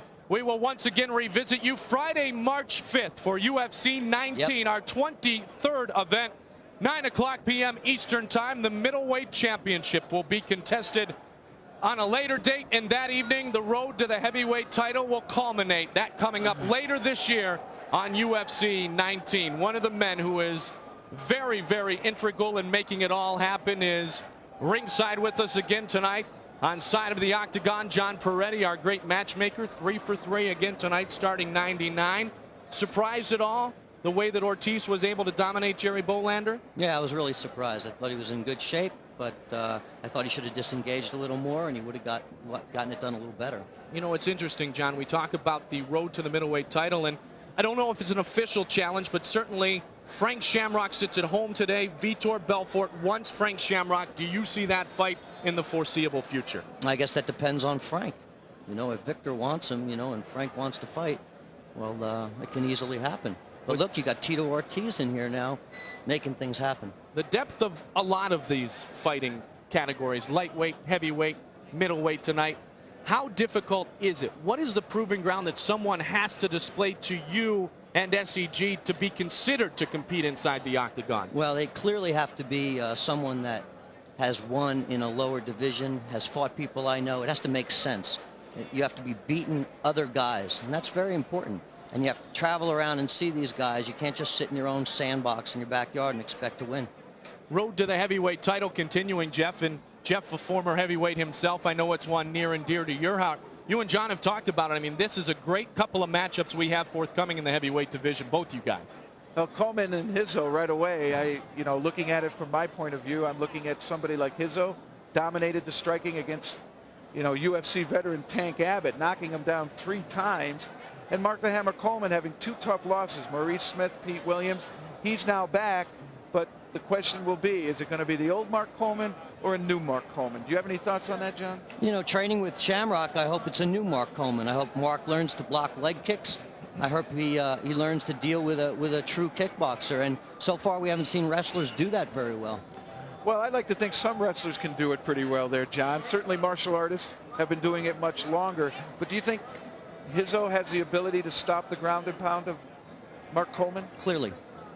It's going to be an interesting contest. Do you think Coleman can weather the kind of striking ability that Rizzo possesses? I hope he can, because he's a strong guy, and he deserves to do that. Well, you deserve continued credit for putting together great matches, and undoubtedly, it's not just us who have this opinion, who are fortunate enough to broadcast the UFC. It's the best fighters around the world who will tell you, to a man, the Super Bowl of mixed martial arts is the UFC. Keep up the big work. Lots of fights to get full of in 1999. John Peretti, our matchmaker, coming Great up. job, John. The road continues to the heavyweight title. It will be a good fight later on between Pedro Rizzo and Mark Coleman. Actually, that's Laverne Turner, but it will be Mark Coleman and Pedro Rizzo later tonight. From July 1996 to July 1997, Mark the Hammer Coleman was the premier mixed martial artist in the world. 3 UFC titles, a perfect 6-0 record. There were many that thought he would never be beaten. That all changed at UFC 14 when Maurice Smith shocked the world. Disappointment continued 1 year later. Petey Williams victimizing the Hammer. Tonight, he wants to silence the naysayers. Pedro Rizzo has only appeared in the UFC once, but what a fight it was. Rizzo did what many said could never be done. He beat Tank Abbott at his own game. The Brazilian drove Abbott to the mat twice from strikes before laying the deciding blow flush on the cheek at the 8-minute mark. Abbott went down like a ton of bricks, and Rizzo became an instant hero in Brazil. Tonight, he comes to the U.S. for the first time, bringing his act to New Orleans. Pedro Rizzo told me when we were in Brazil a few months ago, it has always been his dream to fight in the United States of America. Born in Rio de Janeiro, fighting out of that fine city where our good friends will host another UFC in 1999. His hero, he has said it over and over again, Marco Pujas. He started training with Marco at age 14. He says simply, Marco is the best. Pedro's not bad himself, Jeff. Oh, absolutely not. With that victory over Tank Abbott, he certainly opened everybody's eyes, including John Peretti's, about his talent, his skill, and he's a youngster. This guy's got a lot of room and a lot of growth to improve. I really think he's an up-and-comer, but he's up against a tough one. He's going to be really challenged early because the history of Mark Coleman is he's a sprinter. And the big question is, has he learned to control that burst of energy? Here he is again, a 6-2 record, the former UFC World Heavyweight Champion. Mark the Hammer Coleman knows what to expect tonight from Rizzo.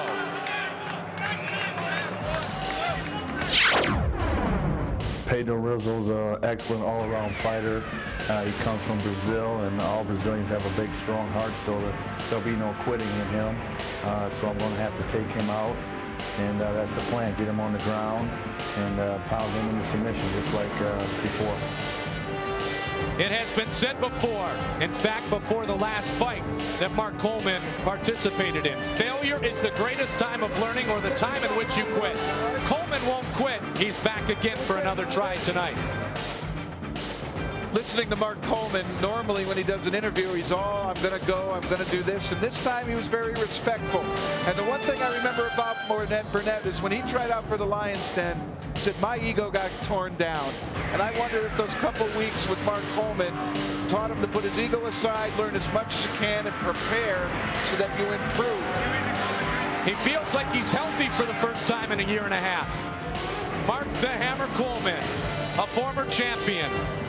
A Pan Am Games gold medalist, 10 years older than Pedro Rizzo. Could that be a factor? 6 pounds heavier. Coleman Rizzo as we continue our highly publicized road to the heavyweight championship. Official introductions forthcoming. The road to the UFC Heavyweight Championship of the World continues with our next bout. Beginning with the fighter standing to my left. He is a Vale Tudo expert and 4-time Brazilian Muay Thai champion. He has a mixed martial arts record of 7-0.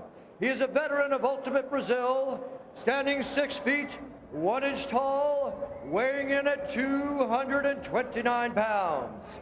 He comes to us all the way from Rio de Janeiro, Brazil. Please welcome Pedro Rizzo.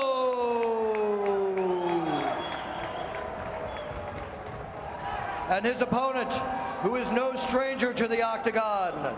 He is a freestyle wrestler with a UFC record of 6-2. He is a former national champion, a Pan Am Games champion, an Olympic team member, and former UFC heavyweight champion of the world. Standing 6 feet, 1 inch tall, weighing in at 235 pounds, and hailing from Columbus, Ohio, please welcome Mark the Hammer Coleman! There is a bit of crossover of camps here. Mark's opponent tonight, Pedro Rizzo, works out with Mark Kerr, a friend and sometimes training partner of Mark the Hammer Coleman. Heavyweight road continues. Here's Big John. Okay, here we go, gentlemen. Are you ready? Are you ready? Let's get it on! Here we go! Guys. Mark Coleman in search once again of redemption. And it's the wrestler against the martial artist here. Look for Coleman to go to his bread and butter, and that's ground and pound. Good takedowns, and then operating from within his opponent's guard to strike.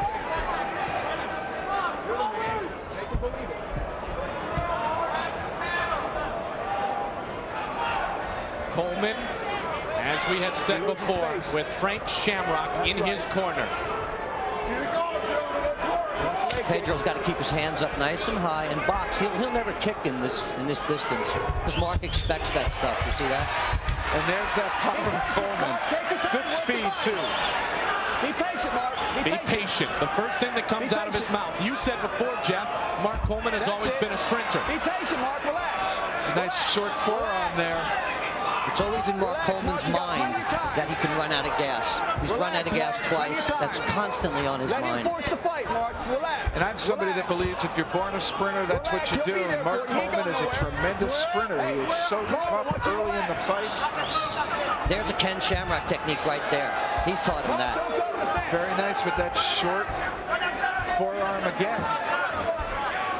Rizzo tying up Coleman's right arm effectively there. Coleman doesn't seem to be able to pull it out. Totally different opponent here tonight in Mark Coleman than Tank Abbott for Pedro Rizzo. Yeah, this is a completely different style. There's another Ken Shamrock, one leg up, one down. That's a classic Ken Shamrock. The elbows from the inside. They've schooled him. Rizzo doing a nice job within the guard, John. Well, tying up the arms. I think it's easier for a really strong stand-up fighter to learn grappling. Mark did have to deal with the battle with hypoglycemia. He now has a good doctor. He was unaware of the problem he had had before.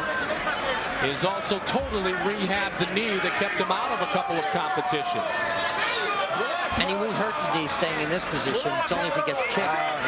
Rizzo doing a very good tactic here, turning himself back in towards the center so he can't get pushed up against the fence and have nowhere to go. Here now, he always has movement trying to extend away from Coleman. Ken Shamrock, very distinct with his instructions to Coleman. There's the elbow in short. Shamrock just called for it. Rizzo's corner meantime. Marco Rujas, his hero. Come on, get your position. Let's go. One thing I've noticed, though, here is Coleman has not done anything to try to beat the guard. He's just trying to beat the arms and strike from within it. But his pressure's different. He's using one hit to move onto one leg now when the guard opens. He's never done that before. No, it seems as though he has been picking up some skills as to how to operate from within it without burning up tremendous amounts of energy. Certainly being up on your toes the whole time engages your entire leg muscle, and that's going to burn a lot more energy than taking a knee and only having one leg up for balance. He's He's taken a lot of shots, but you know, he's a kickboxer and he takes a lot of shots. He's kind of used to that. And well versed in the guard with his jiu-jitsu background, but he has worked more, as you said, in the Muay Thai in the kicking and kickboxing areas, right, John? He's really a lutte livre guy. A lutte livre guy is a guy who fights against Brazilian jiu-jitsu guys. And look, Mark Coleman right now has got a really nice little, what's that called, the cradle? That right there is just a half Nelson, but if he keeps driving that leg up, it's literally the same kind of pressure as a cradle. 6-2 record, 5th UFC for the Hammer. One of the most popular champions in UFC history. You guys have all these great names for things. That's a nice part. They come up with them. We just used it.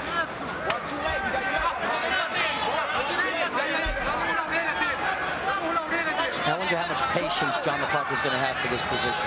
Well, it depends on how active Coleman stays. If he stays active, John will let it go. But if he sits back and tries to relax and take his time and becomes less effective at striking, that's when you're going to see McCarthy stand.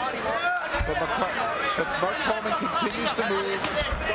I don't know about these rapid punches to the side there, John. Do you think they do any good at all? Well, what they do is they bring Rizzo's hand down to protect him, and then he gets the top shot.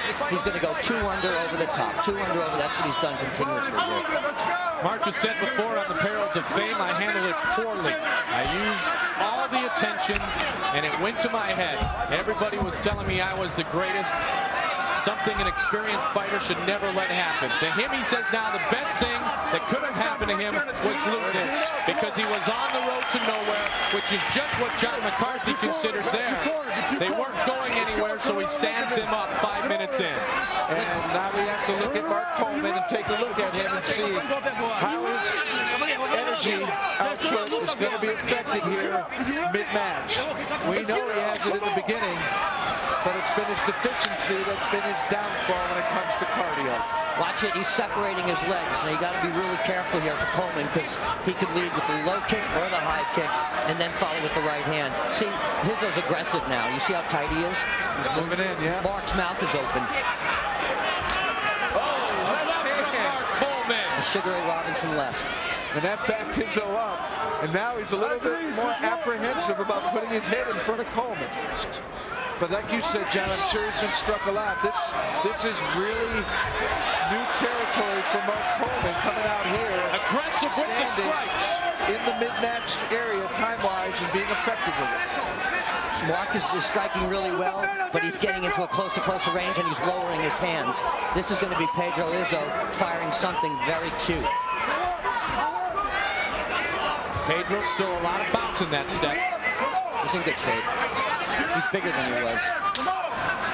I wonder if Coleman's going to look for another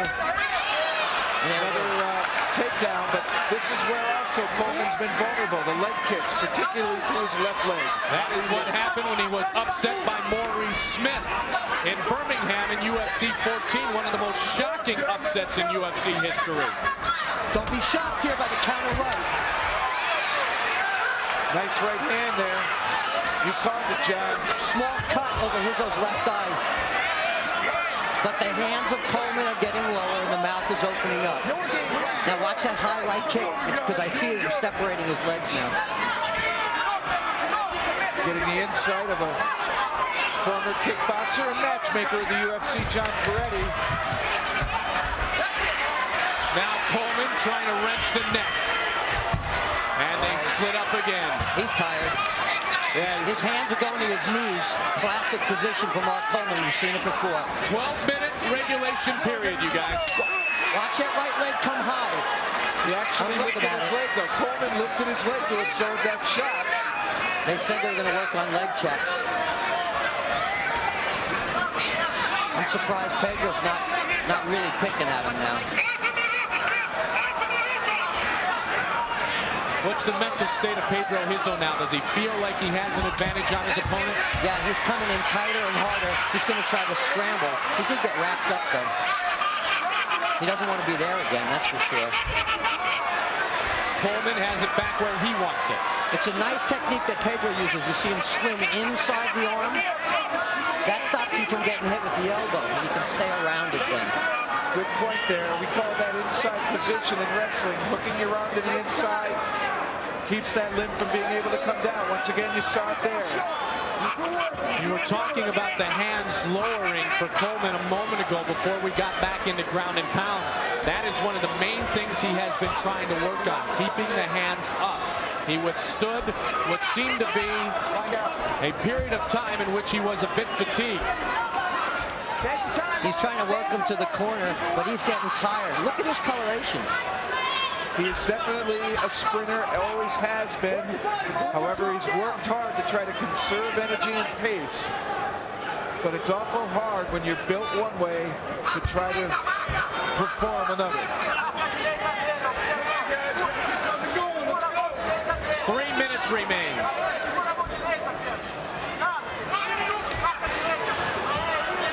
Mark Coleman and Ken Shamrock have the same wrestling agent.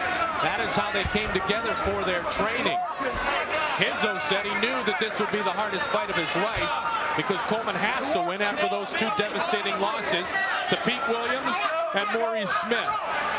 He's doing a very good job here. He's doing what he wants to do. If he hooked that arm through the back of his head like that, he'd have no defense on his left side. Nickname in Holland for Pedro is The Rock. He tried that earlier, John, tying up a hand so he could have a free opening to rain some punches down. But Rizzo doing a terrific job here against Coleman, tying him up. Mark's really not being able to get lots of strikes through, just one here and there. Yeah, I don't have much patience for that. I don't know how much John McCarthy has, but it's interesting what Rizzo's doing now. He's staying underneath. See, his arms are underneath. He can go to the back that way, too. I don't know if that's intentional. I wonder if also it's putting Coleman's hands down, which means to catch himself, which means you can't punch while they're grounded, and it also takes energy to hold you up. Yeah. Now, pride for your country being displayed right outside of the octagon here. Vitor Belfort isn't sitting far from us, and he is speaking in their native tongue of Portuguese to Pedro Rizzo, trying to support his fellow countryman. What a night in Brazil it was for both of those guys. Check out the Coleman's left leg. Yeah. They stand him up again. There are some welts on the left leg of Mark Coleman, similar to those displayed in the fight against Maurice Smith. A little darker in tonality. And Ken Shamrock is saying, take him down. Don't even wait to trade punches. Take him down. 1 minute remains. And then a 3-minute overtime would follow.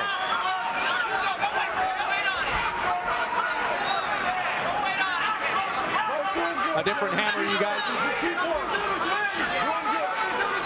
Both intently watching the match. Try it again. A different hammer, you guys. It looks like he's improved a lot under the wisdom of Ken Shamrock. Hands are down now. I'm really waiting for this big right over the top because it just looks like it's coming. Oh, he dropped his hands. You see that? He drops his hands like that. Pedro should really, that's opportune for him. This is a long one for Mark Coleman. It appears to be heading to overtime unless we have a shocker like the Pete Williams situation. The final seconds tick away. Do you think Rizzo's wasting opportunity here, John? Clearly. I think that right high kick should have come already because he's a sucker for it when he drops his hands. Take him off the top. And Coleman, someone that has had trouble defending against leg kicks. And there you can see the welt. Coleman's leg from those kicks. Something similar to what Muhammad Ali went through against Antonio Inoki when those two fought over in Japan. Gene LaBelle was the referee. There you go. Famous name in judo here in this country. Mean Gene LaBelle. And I love his little patch. Break a leg means have a nice day. Let's watch for that Coleman right hand here. He was able to land one. A couple of lefts set it up. And there's that flurry. Trading some punches, and again, that leg kick from Rizzo, but very effective. Just not enough from Rizzo. I agree. With that in mind, in your guys' opinion, who's ahead going into the overtime? I think Coleman is slightly ahead. I agree. So Mark Coleman has 3 more minutes to withstand. He was well ahead of Pete Williams, don't forget. Lost at 38 seconds of overtime. the big right foot.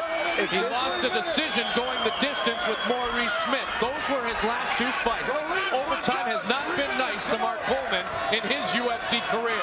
If Rizzo can put forth his will and dominate these 3 minutes, he could steal the fight. Rizzo just has to fake the low right kick, and Coleman will block it. Coleman kick! It's a playing into the wrong game here. Certainly is. It's really silly at this point in time, especially. It's a high kick, Shamrock says. Keep your hands up. Shamrock knows the potentiality of a big high round kick right now. This is about the spot in which it happened. 38 seconds has now passed. That's when Petey hurt him.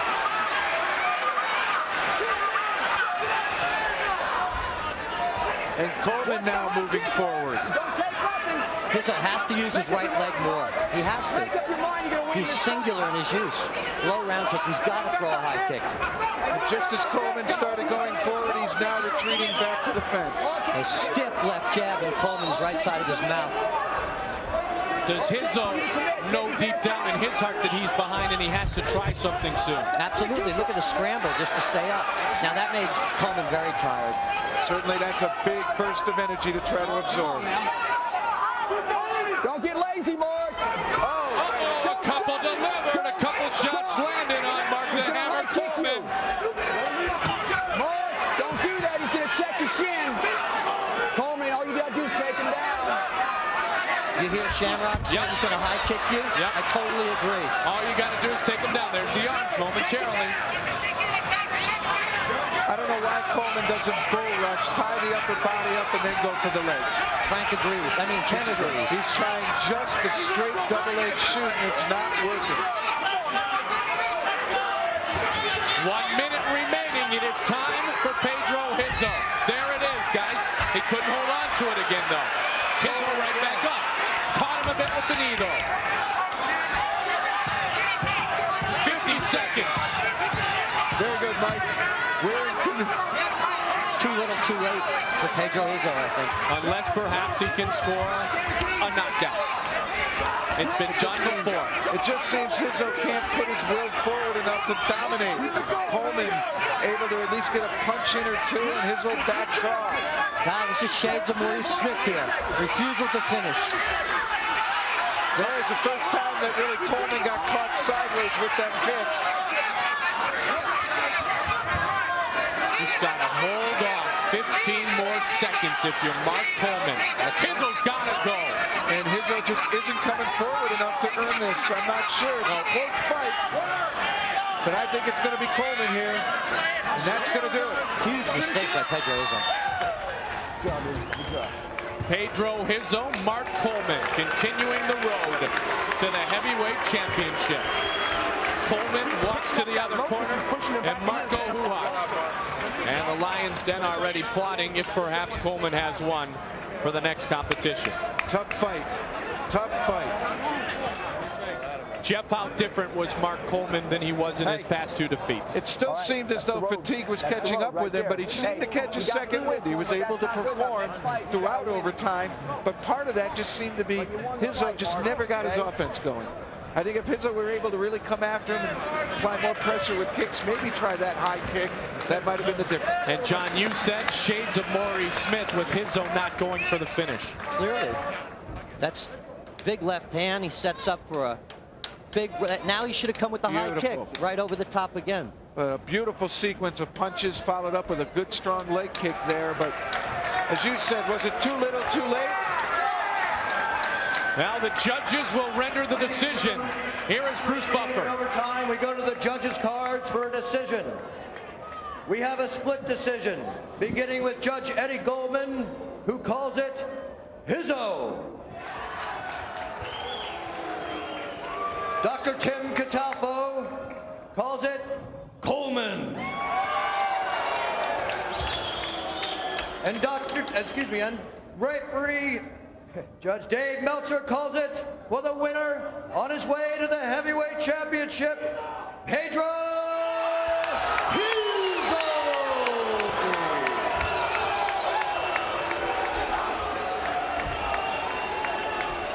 And a decision for the Brazilian, Pedro Rizzo. And a stunned Mark Coleman walks around the octagon. He thought he might have had enough to do it, but it's this youngster that impressed the judges. Some great striking to Coleman's leg using kicks.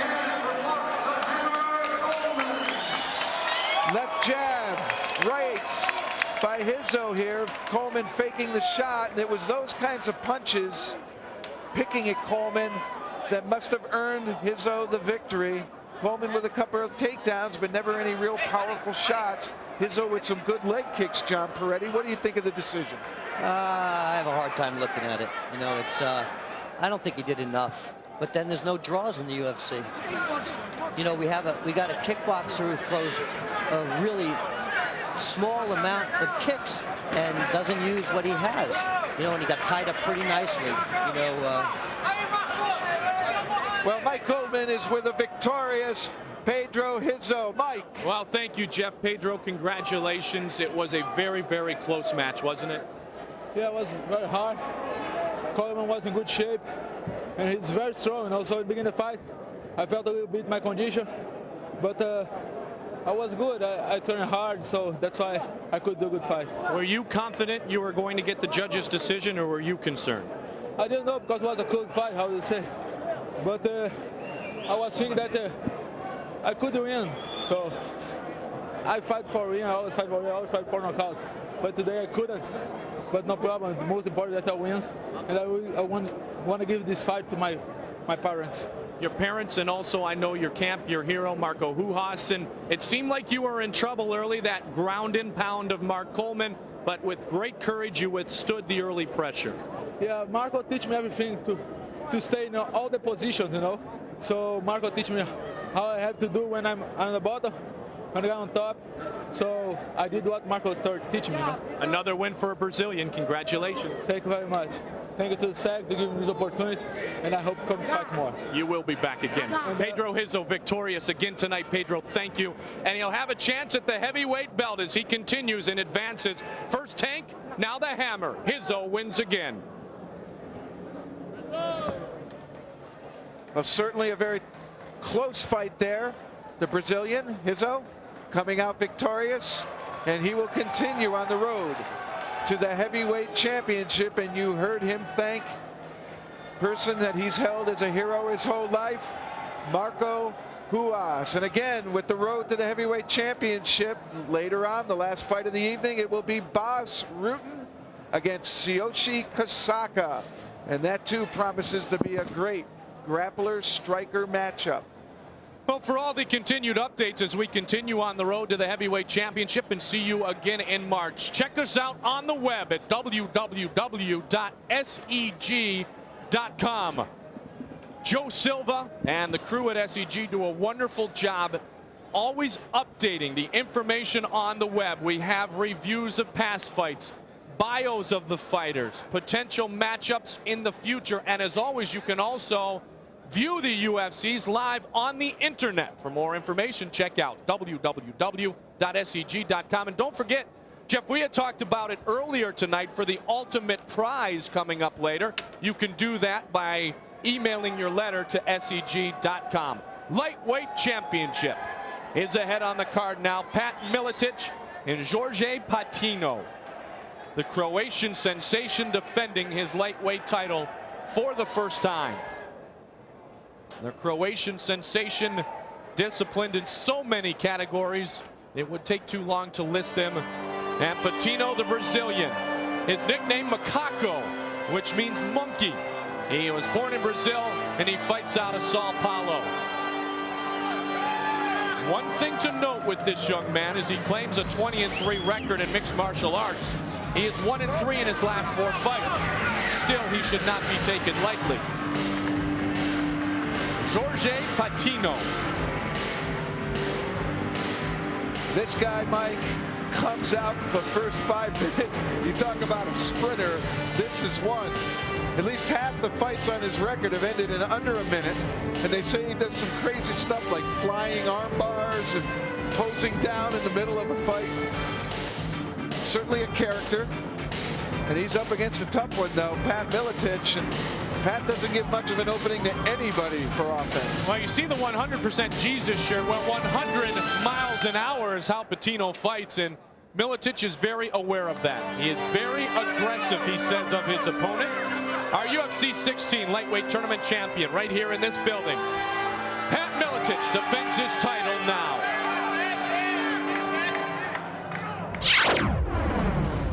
He's very aggressive. He's a very aggressive fighter. I think his style matches up well for me because he'll make me open up. And that's what I need to do, and that's the perfect opponent for me. I've watched films of him. He looks very strong, very explosive, and constantly attacking, so it'll be a good fight. The crowd's going to enjoy it. Perhaps the most experienced lightweight fighter in the world, the UFC and mixed martial arts world, 26-1-2. This young man has spent lots of time, as he says, in the cage. Pat Miletich, our reigning lightweight champion, who is big for a lightweight, and we know he's got great ground skills. Very good grappling background, knows how to wrestle, is big for this weight class. He's somebody that doesn't mind cutting weight to get down to it. Puts it right back on, just a little dehydrating and rehydrating. And he is our lightweight champion. It is tough to get to this guy. Tail of the tape for our lightweight title bout. Pat Miletich, the elder statesman by 4 years, taller by 2 inches. Both had to get down to make weight. They have done it before. They did it yesterday. They're ready to go here today. Another matchup of an American against a Brazilian. The Brazilian reigned supreme a moment ago. For the official introductions, as Miletich, wearing the Iowa trunks, defends his belt. Here's Bruce Buffer. Ladies and gentlemen, this next fight is for the UFC Lightweight Championship of the World. Beginning with the fighter standing to my left. He is a jiu-jitsu expert with a mixed martial arts record of 20-3. A 5-time Brazilian Vale Tudo champion. He stands 5 feet, 8 inches tall, weighing in at 169 pounds.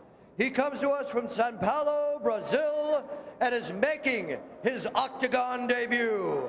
Please welcome Jorge Luis Patino. And his opponent, standing to my right, he is a jiu-jitsu expert with a mixed martial arts record of 26-1-2 and a UFC record of 3-0. He stands 5 feet, 10 inches tall, weighing in at 169 pounds. Fighting out of Bettendorf, Iowa, he is the UFC Lightweight Champion of the World. Please welcome the Croatian sensation, Pat Miletich.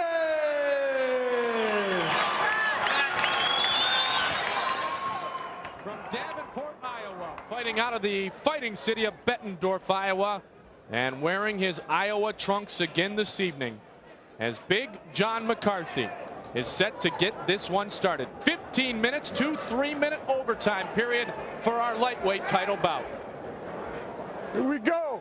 UFC Lightweight Championship. Are you ready? Are you ready? Let's get it on. Patino is a southpaw.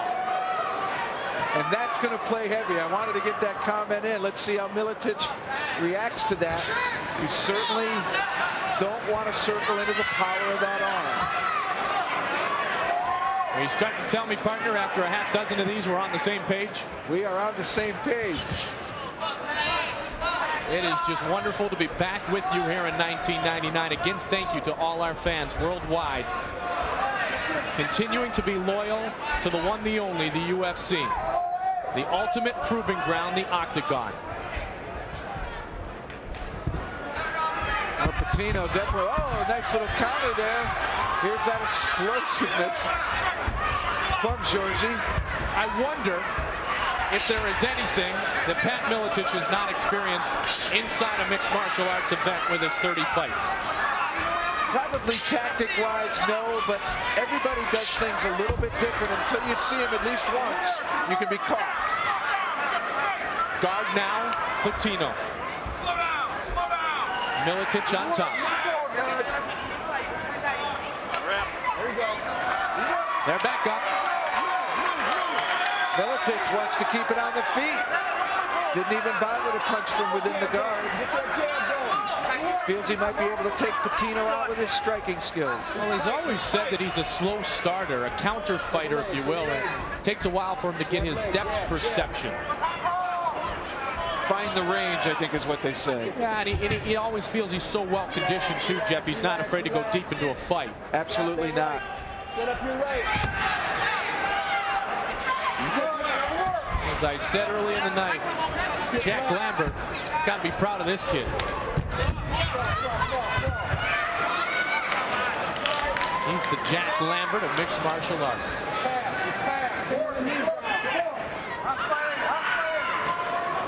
Trying to work the right ribs a bit with the short rabbit punches. Back up. You surprised? I'm a little bit surprised, but I think what he wants to do is force the issue on the feet and make Patino take some chances. Patino really hasn't done anything except punch, try the shot, and immediately be looking for the guard. A lot of Muay Thai, a lot of kickboxing.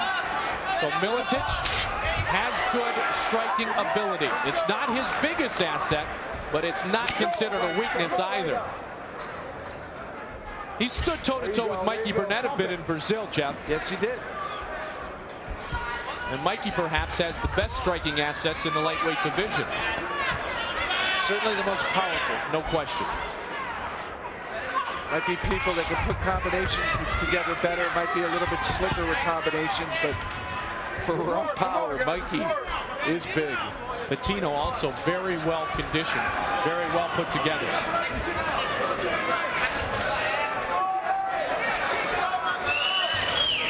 Oh, he went for a high kick.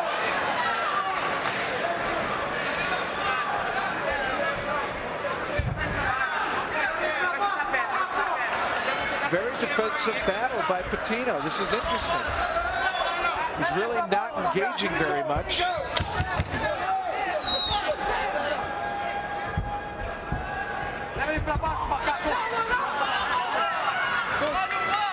Pat, a big fan of our organization, has been active in debates with local politicians and trying to give everyone the opportunity to make their own choice in viewing the UFC. I know our friends in Canada are happy to be back with the opportunity to see us live. And all the people I talked to from Canada, people involved with the pro martial arts movement, North America, you folks did a great job up there. You never kept quiet. You kept sounding your opinion. You kept finding rationale as to why people were trying to stop it. And you won the right to view the UFC again in Canada. And we want to thank those cable companies for looking at us, reassessing us with the modifications we've made, and finding us safe to compete. And Americans can have the same effect if they continue to do those things that you just described that the friends of ours north of the border have been able to do. Well, I got to admit, I read the lists on the internet. Yes, folks, I have heard those critics who have talked about everything to do with the UFC. We thank you for your input. We thank you for your fanatic support through some of the lean times, and we're hoping that we can get the momentum going because of the modifications we have made, because of our true safety record inside the octagon, that we can make it back on all of cable and be accepted as a sport. A lot of the guys will say a fighter's a fighter. These guys are some of the best. 5 minutes, 15 seconds into the lightweight title defense #1 of Pat Miletich. He's defeated Burnett, Saunders, and Brennan. 3-0 in his UFC fighting career. He wants Patino to come at him. He says, let's do something here, Macaco. Well, Patino certainly backing up this entire fight. I can understand him wanting to draw Miletich in and then take advantage of that, but he has yet really to do any of it. Claims to be a 5-time Brazilian Vale Tudo champion, does Jorge Luis Patino. And that range is getting quicker for Miletich in terms of closing. Starting to find the range. And again, they split up. Keep that up. Keep that up. Keep it moving. Pat Miletich a former Muay Thai champion. With one of his best friends, Mark Hansen, in the corner again. There's the Muay Thai. He pulled back the kick. Bit of a knot on the forehead of Pat Miletich, so at least one of the punches has landed from Patino. Come on, let's work. 6.5 minutes in. 15-3-3 on this one, remember. And Patino picking up the action a little bit more. A couple kicks and a punch. This is where Miletich likes to be. Using his long body, apply leverage, slow it down, and then start to create small openings and exploit it. A knee attempted to the head. Guy's got basically front headlock position in wrestling. He'll lift the circle and whip him down. Uses his knees well. Nice job by Patino to get out of that front headlock. Not a lot of action there, though. Neither fighter able to capitalize on that position.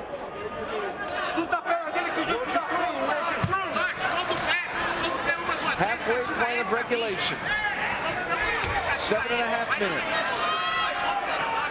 A wrestler since second grade, Pat Miletich.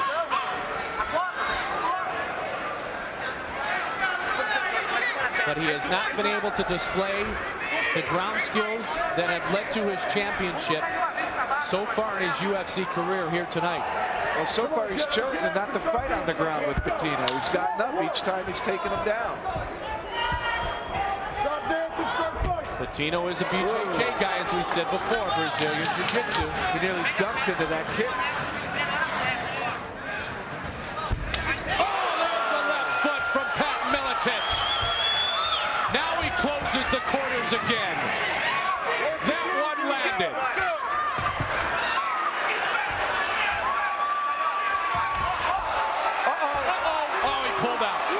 Wow, that was close. Had an opportunity to go after Miletich's ankle. Pat gave him the head shake. We see it so often with the competitor. Might have been the Achilles there, too, the way he was hooking it onto the back of that foot of Miletich's. Keep attacking, both of us work. These guys know the game so well, Jeff. I love when they shake head at each other saying, all right, you almost had me. Nice try. Try again if you wish. Body language, that's subtle communication. Yes, if you so desire. No time for talking inside the octagon unless you're Big John barking out instructions. High kick attempt. Grazes off the hand.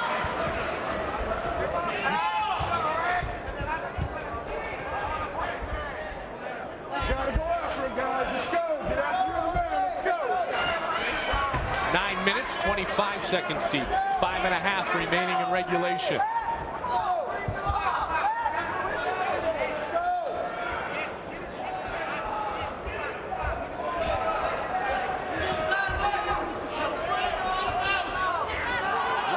Now Patino's doing a lot of backing up, and it's making Miletich really have to chase him hard. Miletich has always stayed within himself, though. He's not sprinting after him and trying to do crazy strikes. He's staying within himself, and that's a disciplined athlete. And it just seems Patino is trying to get him to follow him so much.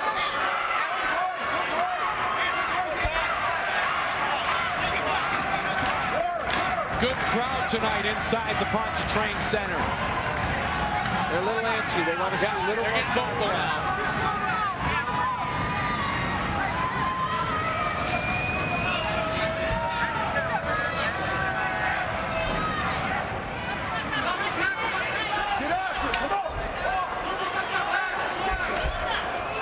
Jab attempt by Makako. And again, remember he's a southpaw. We said that top of the fight. This time he counters with a right. He's a southpaw that fights right-handed. Yeah. It worked for Rocky. But that was a movie. This is real life. Well, let's see if he comes out in overtime. Southpaw. 11 minutes down. 4 left in regulation. Forget bad imitations. And Miletich really hasn't thrown a punch here in over a minute. Spent all his time chasing and then blocking. Patino with a tactic of you're going to have to chase and I'll set the terms of engagement. This is the most intense hand-to-hand combat anywhere. These guys have spent a lot of time sizing each other up. Good right kick from Miletich.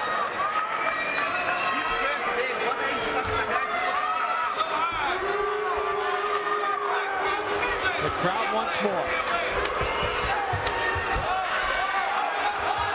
A smile on Pat's face after that. Rush towards him. Pat leaned in with the left. And Patino tried to counter.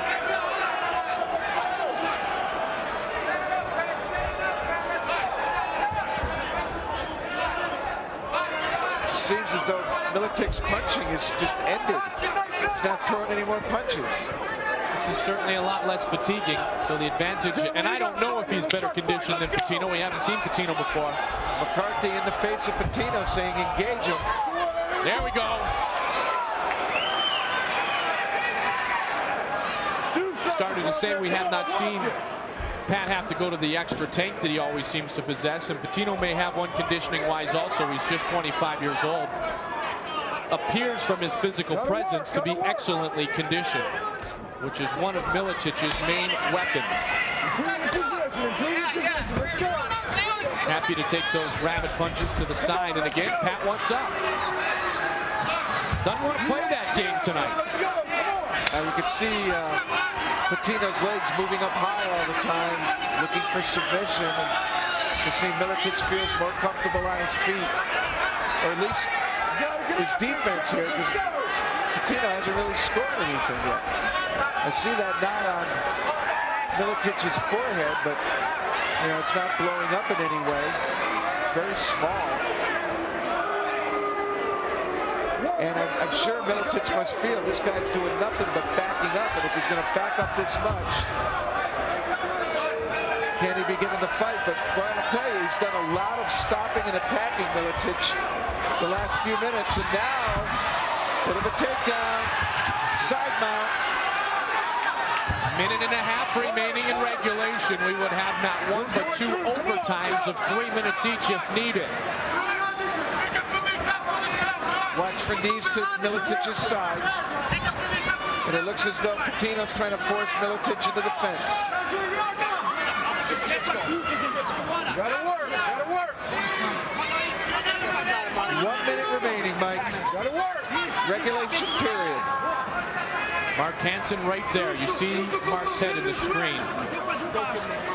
Used to play football across the line against Pat Miletich. Mark was the offensive lineman. Pat was the nose tackle on the opposing team. And he's found the guard now. Patino tried to mount him, but Miletich able to get to the guard. 30 seconds now remains in regulation time. Patino impressive. Will he let Miletich up the same way? No. Oh, he went for a big kick. Jumped up and tried to kick it down. Not kick the man is down. That's a foul. That may hurt him on points. That may hurt him on points because this one has been close. Remember the groin strike hurt Mikey Burnett in Brazil in the title fight against Miletich. You ready? Turn around, Jorge. Instinct took over there. You ready? Let's get it Patino trying to make something happen. Countries like Brazil, they allow kicking while they're down. Here in the United States, we have a rule against that. Other forms of fighting, it is legal. Overtime is where we head now. They'll take a minute break before they start the overtime period, and you're right about that foul at the judge's discretion. That could be used in the case of a close fight as criteria. Finish it off. You got to get after him and finish it off. Don't leave it to a judge. And here Miletich trying to get up. Patino didn't give him the opportunity. He did a double foot stomp trying to get one of those legs down, and that is illegal. Miletich on his back, a grounded fighter. No kicking a grounded fighter. John McCarthy quick to move in. Didn't hurt Miletich. but nonetheless an illegal tag. It didn't land. No damage done. This is UFC 18. Happy to be with you once again here in the new year. Mike Goldberg, Jeff Blatnick, enjoying another great evening of mixed martial arts competition. Once again, a great thanks to our crew who does a wonderful job bringing you the performances of these athletes, not just here stateside, but around the world. Jorge, turn it around. Thanks, me. Are you ready? Are you ready? Let's get it on. Overtime number 1. The first of 2 at 3 minutes each.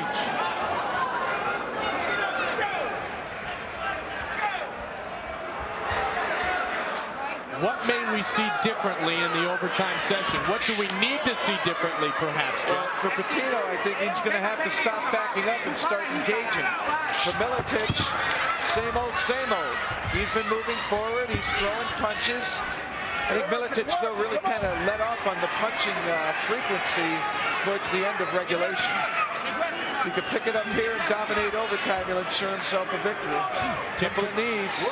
Tim Catalfo, Dave Meltzer, and Eddie Goldman again are officials this evening. Meltzer and Goldman, respected journalists. Catalfo, the owner of the Obaki Fight Show, the founder of American Submission. Looking for a guillotine, but he's able to sit under it and pop his head out. Speaking of submissions.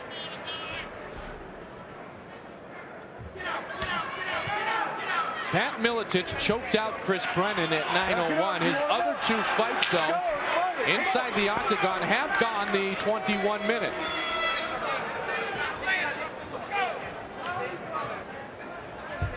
Pat has even said he was disappointed with his last performance. He expected this one to be more exciting. Maybe that's why he's been on his feet so much, with that knockout mentality of Vitor Belfort.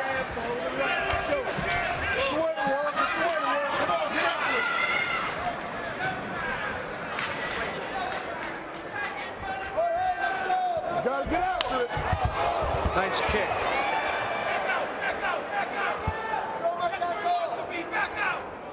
Patino's pretty darn strong on the ground. Miletich again wants nothing of it. Seems really flexible down there, able to bring his legs up real high, and it just seems Miletich doesn't want to give him any hope of a quick submission. Get after each other. Let's go.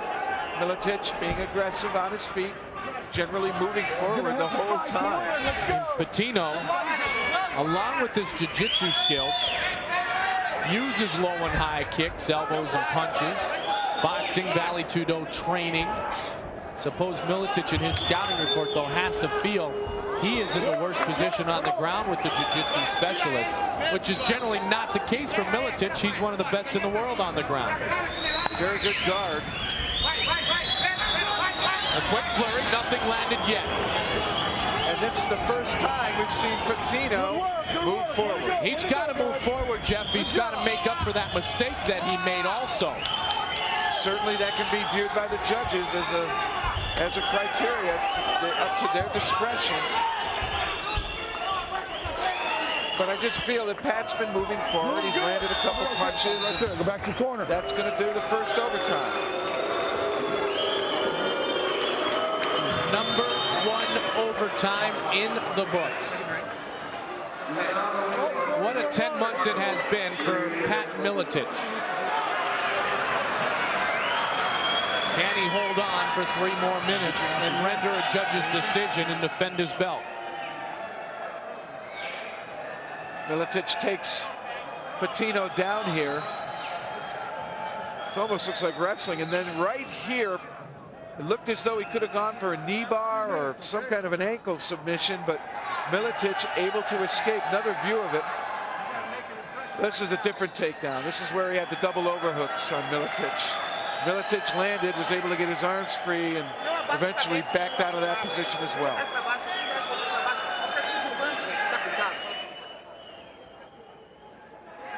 I clearly wonder, though, you know, Miletich, you wonder if he's the kind of champion that when he's really tested, he rises to the occasion, and if he's not tested, he just doesn't look real good.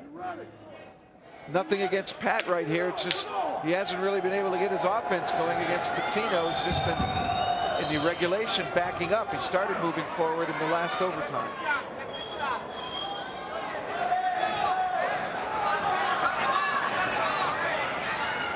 this is where Miletich isn't throwing punches now. Nice kick.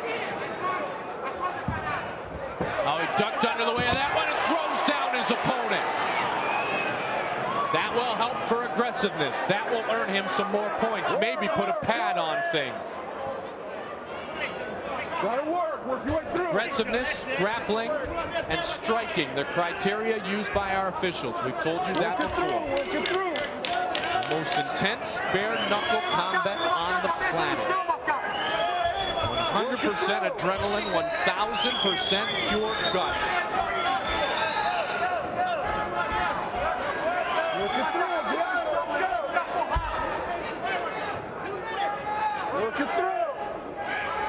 Interesting, he's working on the left side, the left ribs of Patino, and now as he goes, oh!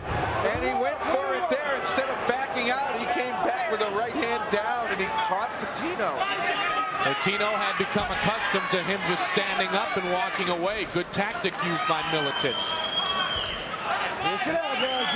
He could be locking things up. No pun intended right here. Everything you got, come on. Well, if Patino doesn't do anything to get out of here, if he's just going to lay there and hold Miletich close, he's basically conceding. He needs to be active, he needs to roll up, he needs to cause Pat Miletich to either get, whoa, and he tried for his own kick there. Both of them a change of tactic as they backed out. Gotta bring it now, Jorge. Miletich with a punch, Patino with a kick as Miletich exited the guard. Last minute of the lightweight title defense for Pat Miletich. Watch the neck. Trying to land the guillotine. He needs to get across the body. Uh-oh. He's got some leverage, Jeff. As long as he ties up Miletich's legs. Doesn't have it sunk quite deep enough because Miletich is enough across the body. Pat's got to hold out for 30 more seconds, and he's away from his corner. I wonder if he knows that. He's working his chin back underneath here, and he's breathing all right. It's across the side of his neck. 20 seconds. It just doesn't seem Patino can find the leverage. 15 seconds. Now he's not getting the leverage, as you said. The legs came loose, Jeff. He's still in a good position, but he just can't anchor the bottom half of Miletich, so he can't get the crucial pressure needed to make that guillotine choke work.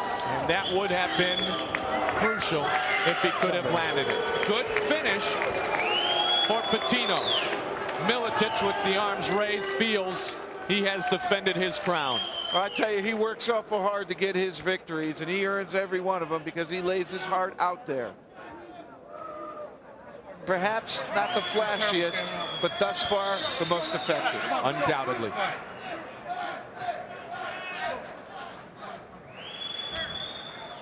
For the decision. Ladies and gentlemen, after 2 overtimes, we have a unanimous decision for the winner and still lightweight UFC champion of the world, the Croatian sensation, Pat Miletich. 4-0, Pat Miletich, crowned champion once again. He won the first ever lightweight tournament, the first ever lightweight championship. Tonight he gets his first ever title defense. Coming up, what everyone has been waiting for, not for a couple of hours, but for a number of weeks and months. Boss Rutten enters the octagon for the first time, and he takes on a veteran in his own right, the young but effective Tsuyoshi Kosaka, the heart of a lion, Tank Abbott said about Tsuyoshi Kosaka. Rutten Kosaka as the road continues.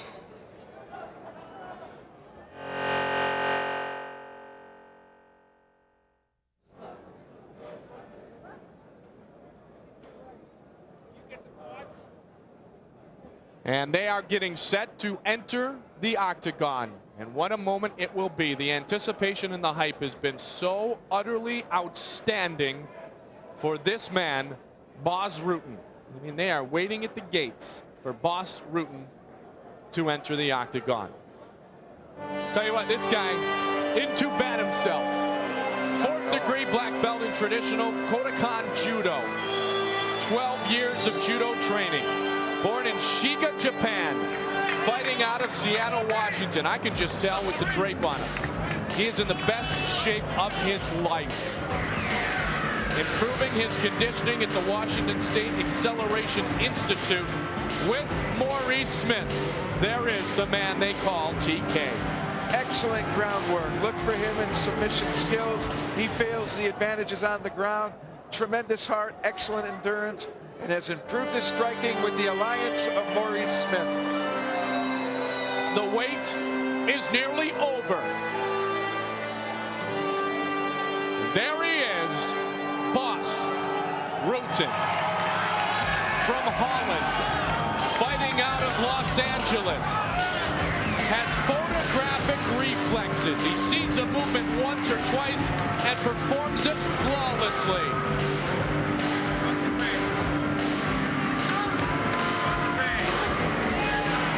As much anticipation, if not more, than for any fighter in the history of the Ultimate. A great striker who has suffered not a single defeat in 3 years. Also good at submissions coming out of Pancrase. He was king of Pancrase. United the title with a victory over Frank Shamrock. Later on, he's now left Pancrase, and he's in the ultimate proving ground, the Octagon. Tail of the tape as the road continues. Rutten and Kosaka, both submission specialists. Rutten 5 years older, 2 inches taller, 17 pounds lighter. Could that be a factor? We know the TK guard is one of the best in the nation. Will he have to use it? Will this go to the ground? Let's get the official introductions from Bruce Buffer. Ladies and gentlemen, this is our final event of the evening. This heavyweight battle begins with the fighter standing to my left. He is a submission fighter and veteran of UFC 16 and UFC Ultimate Brazil. He has a UFC record of 2-0, standing 5 feet 11 inches tall and weighing in at 228 pounds. He comes to us from Shiga, Japan, and is fighting out of Seattle, Washington. Please welcome Tsuyoshi Kosaka.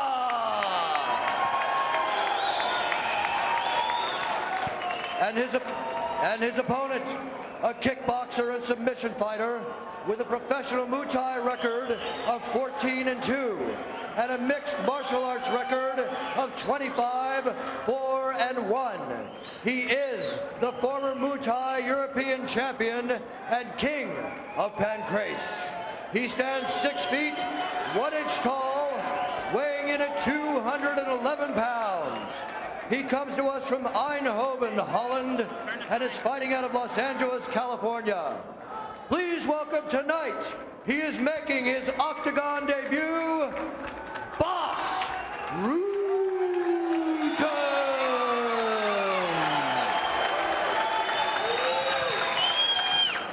Boss feels the pressure. He says, I read the internet. Coming into the UFC with so much hype provides an added element of pressure. This is the heaviest weight he's ever fought at. He's ready. So's Big John. Let's get it on! Get it on again. The road to the heavyweight title. TK is a warrior. Boss is ready to go. Contrast in personalities, they're very much different. Contrast in organizations that they fought for in Japan.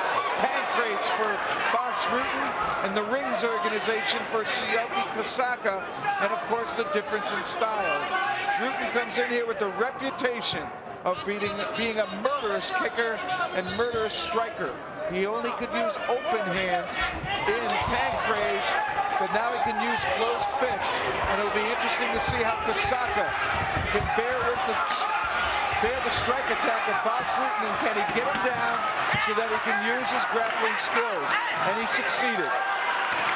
TK in the guard of Boss Rutten has Boss up against the octagon fencing in front of Maurice Smith, the former champion. A man who Rutten defeated twice in Pancrase, once by knee bar, once by choke. Rutten has lost twice to Ken Shamrock. He's 2-1 against Frank Shamrock. And the question is Rutten trained in the guard position being pushed up against the fence. That's something that he never faced. In the Pancrase, they use a ring style, and if you go out and under, they bring you back and start you over. Here, there's no getting out. Now you can avoid a submission by getting yourself to the ropes. And this is going to be a continuous, pressurous fight, where there are more natural stoppages in the Pancrase style.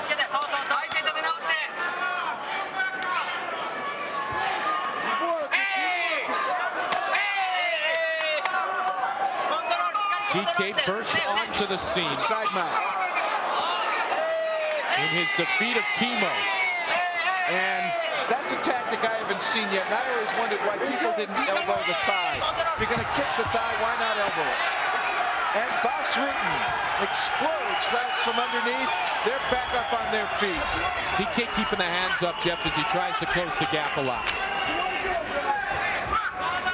Rutten's legs are really where his reputation lies. They say he was the hardest kicker ever in Pancrase. But one thing's for sure, of all this video I've scouted of Boss Rutten, he can be taken down.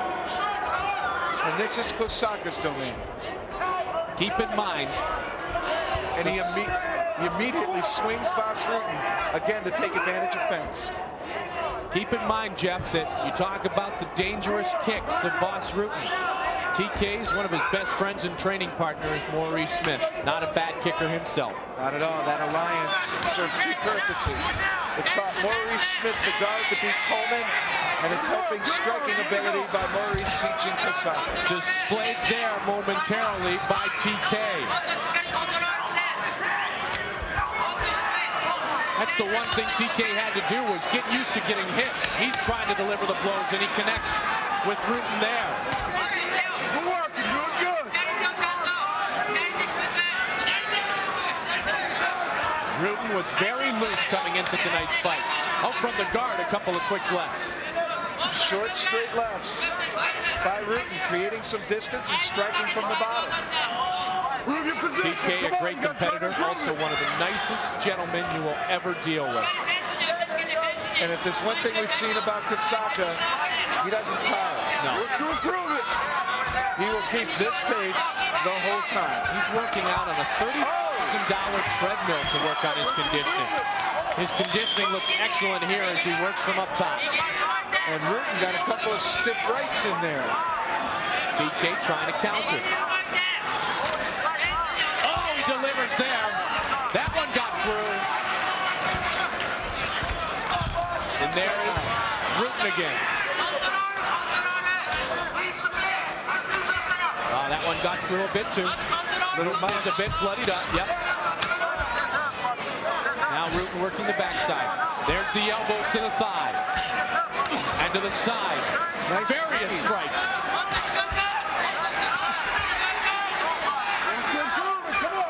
TK knows he can't leave that area of his face vulnerable to the left leg of Boss Rutten.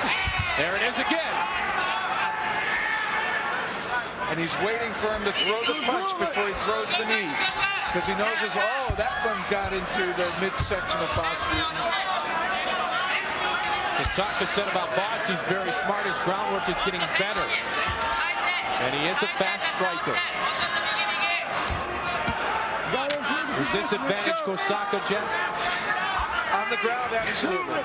Absolutely. And ironically, we haven't seen the world-famous TK guard have to be utilized yet. Well, the big question is can Rutten take down Kosaka? Most people think no, unless it comes after a heavy strike. Great aggressiveness being utilized by TK. That's your corner. Back to the corner, he is set. You got to improve it again. Get back to your corner. Kosaka was active. But John McCarthy said you need to improve from the position. So basically what he was saying is you're in the guard, neither one of you is trying to improve from it. I'm going to stand you up and we're going to get more action on the feet. This is 12-3 on the road to the heavyweight title. Already an advancement being made tonight by Pedro Rizzo in his split decision victory over Mark the Hammer Coleman.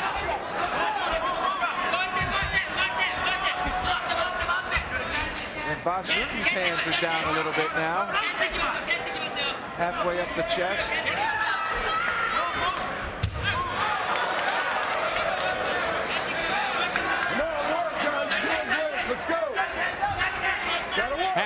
through the regulation time period. Rutten has not lost a match in 3 years. Kosaka was very impressive against Pete Williams in Brazil.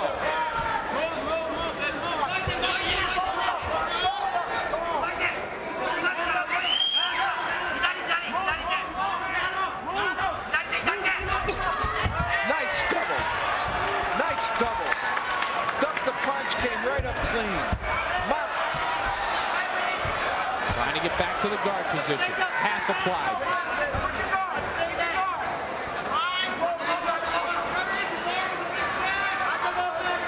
And Tsuyoshi Kosaka doing a great job of tying up the striker, Boss Rutten. These young men know each other very, very well. And they have many common opponents. No question. Smith has lost twice to Boss Rutten. Smith knows Rutten well, certainly a great striker, can imitate Boss Rutten's kickboxing style to work with Kosaka. That is why we see so many alliances between fighters, so that they can learn from one another. And the one thing said about Tsuyoshi Kosaka is a weakness is he can cut easily. And right now he appears to have a small one over his left eye. Track and field star in high school. Boss Rutten started training in the martial arts at age 14 after about 2 years of begging his parents to allow him to do so. After 2 weeks of training, he broke a guy's nose in a street fight. Mom and Dad said, that's the end of that. So he didn't resume formal training until he was 21 years old. Now he fights for a living and does it pretty darn well. Both have open cuts on each other.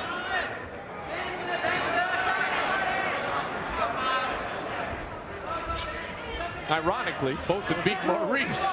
That's interesting, boy. Boss is so fast that as Kosaka raises, he fires those small little jab punches, short, maybe 6-inch punches, but they have an effect. Oh, there's a right. Another one. Does Kosaka appear to be quicker than he has been in fights past, Jeff, to you? Can you tell a difference?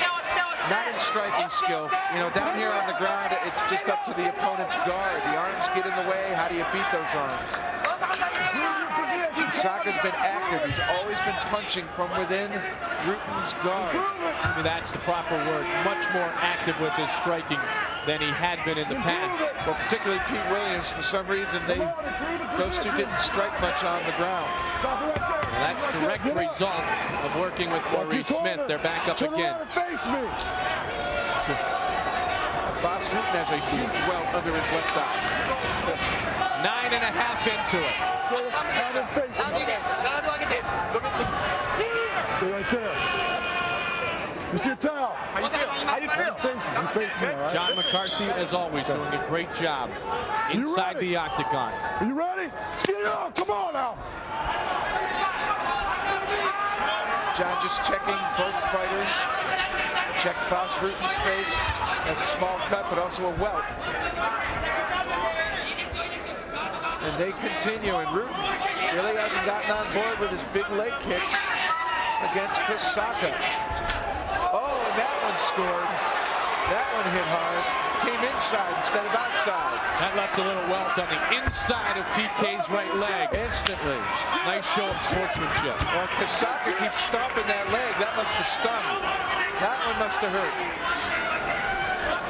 Now remember the analogy used before in talking about the kicking ability of Maurice Smith. It's like a baseball bat coming across your leg at 80 miles an hour. Both knees, the inside of the knees, are bruised up. Generally, we see the outside like we saw in the Coleman fight, Jeff. TK shoots. They're back up. Rutten had to do everything he could just to sprawl out. 1 minute 5 seconds remaining in regulation, and then just a single 3-minute overtime. High kick again. Blazed away from TK. Rutten's going for it now. If that lands, that's trouble. This has been a great fight. This really has been a very technical and tactical fight. Kosaka controlling it early. Boss Rutten now trying to impose his will, his skills. And those are his kicks and strikes. That'll leave a mark. Yeah, Rutten looked like he wanted to pull the trigger and just held on it. Inside of the knee again, Jeff. That was lower on the leg. Almost a sweep style. Tsuyoshi able to get the weight off that leg before Boss can really deliver one of those. And you see how quick they come. That leg goes out and back and it hits with power. Oh, he delivered again. A good flurry. Rutten appears to be getting stronger as the match goes deeper and deeper. That was an impressive final 60 seconds of regulation for that man making his debut. Yes, it did. He seemed to pick it up right there. He seemed to impose his will and say, I'm going to start picking at you. 1 minute and 3 minutes left, okay? Those are his weapons. Those are his infamous weapons.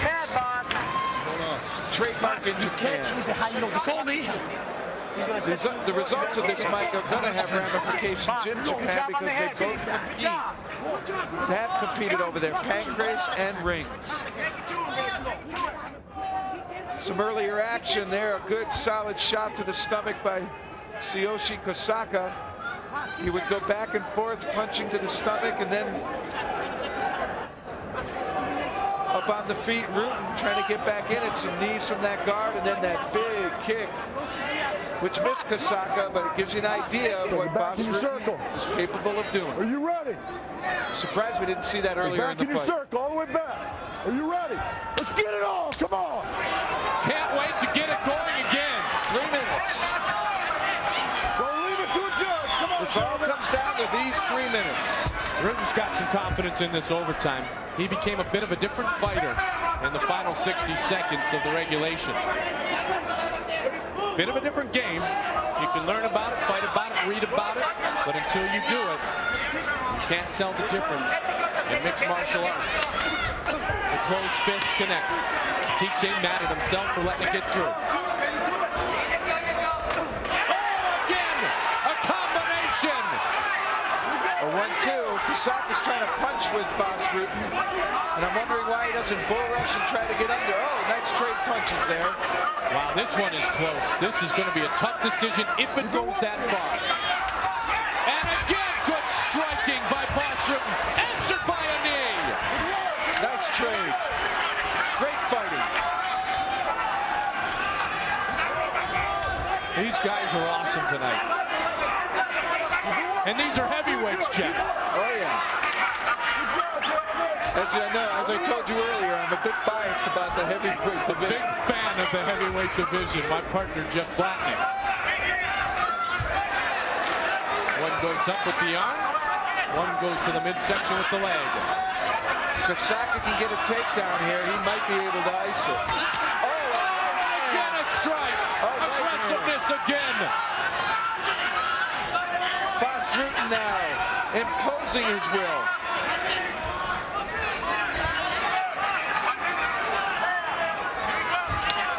High kick, left leg. Right hand. Again, aggressiveness. Uh-oh, leg up. He likes to go for the guillotine here. Rutten with the knee. TK backs off. A cut underneath the left eye of Tsuyoshi Kosaka. And another knee. Rutten's taken over. Rutten's taken over. It's over. Rutten has won his UFC debut.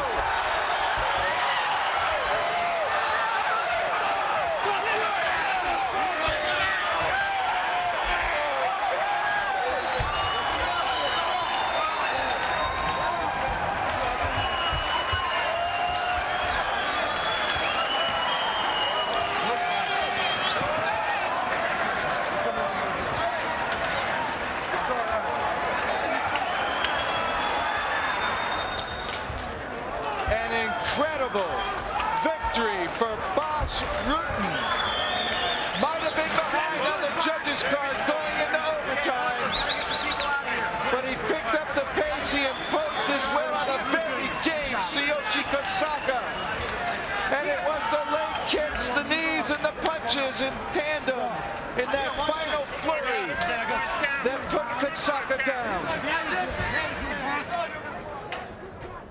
Kosaka wipes his eye after that attempted takedown, and that knee started it.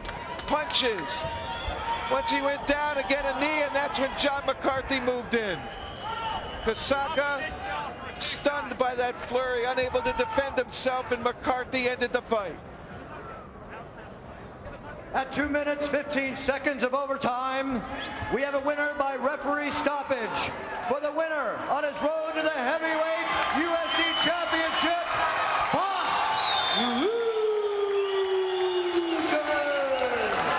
Let's have a big hand for Tsuyoshi Kosaka.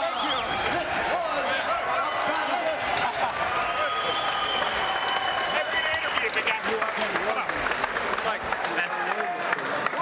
I said to him, Here we go. It is just amazing here inside the octagon. Boss Rutten, congratulations, your UFC debut successful. Tell us what the fight was all about in your mind. First of all, I have to thank some people. I'm sorry, I have to thank the Aslan Institute in Beverly Hills. They fixed me up because I couldn't fight anymore. I went in therapy with them and they fixed me up total free. I'm really, thank you very much. You threw it with TK. This was an incredibly closely contested overtime and regulation period. Yeah, I knew my corner said to me, he's not going to shoot anymore. He's going to be too tired. So then I said in this overtime, I said, give me the sign of 1 minute, and then I'll explode on him. Because when he then takes me down, the minute's over. So that's what I did. I just waited for the good shot and then unloaded on him. Coming into the octagon for the first time, was there a bit of an adjustment period for you, Boz, or did you feel comfortable right from the start? Comfortable right from the start. More comfortable than in ever fight. That's what I said to the people. I think because of the space, I'm a little bit claustrophobic, and this ring is really good for me. You showed the big kicks, none of them landed. We know TK has great heart. When you started to land some blows, did you feel like you could go in for the finish? Yeah, that's why I land high kicks. So he's going to expect kicks, and then I finish it off with punching. Pedro Rizzo next for the heavyweight championship of the world. A dream come true for you? He's my brother, but I'm going to be the champion. I'm going to do everything in my power. I have to do this, and I have to say, hallo pa, ma, en Karin en Sabine, ik hou van jullie allemaal. Congratulations.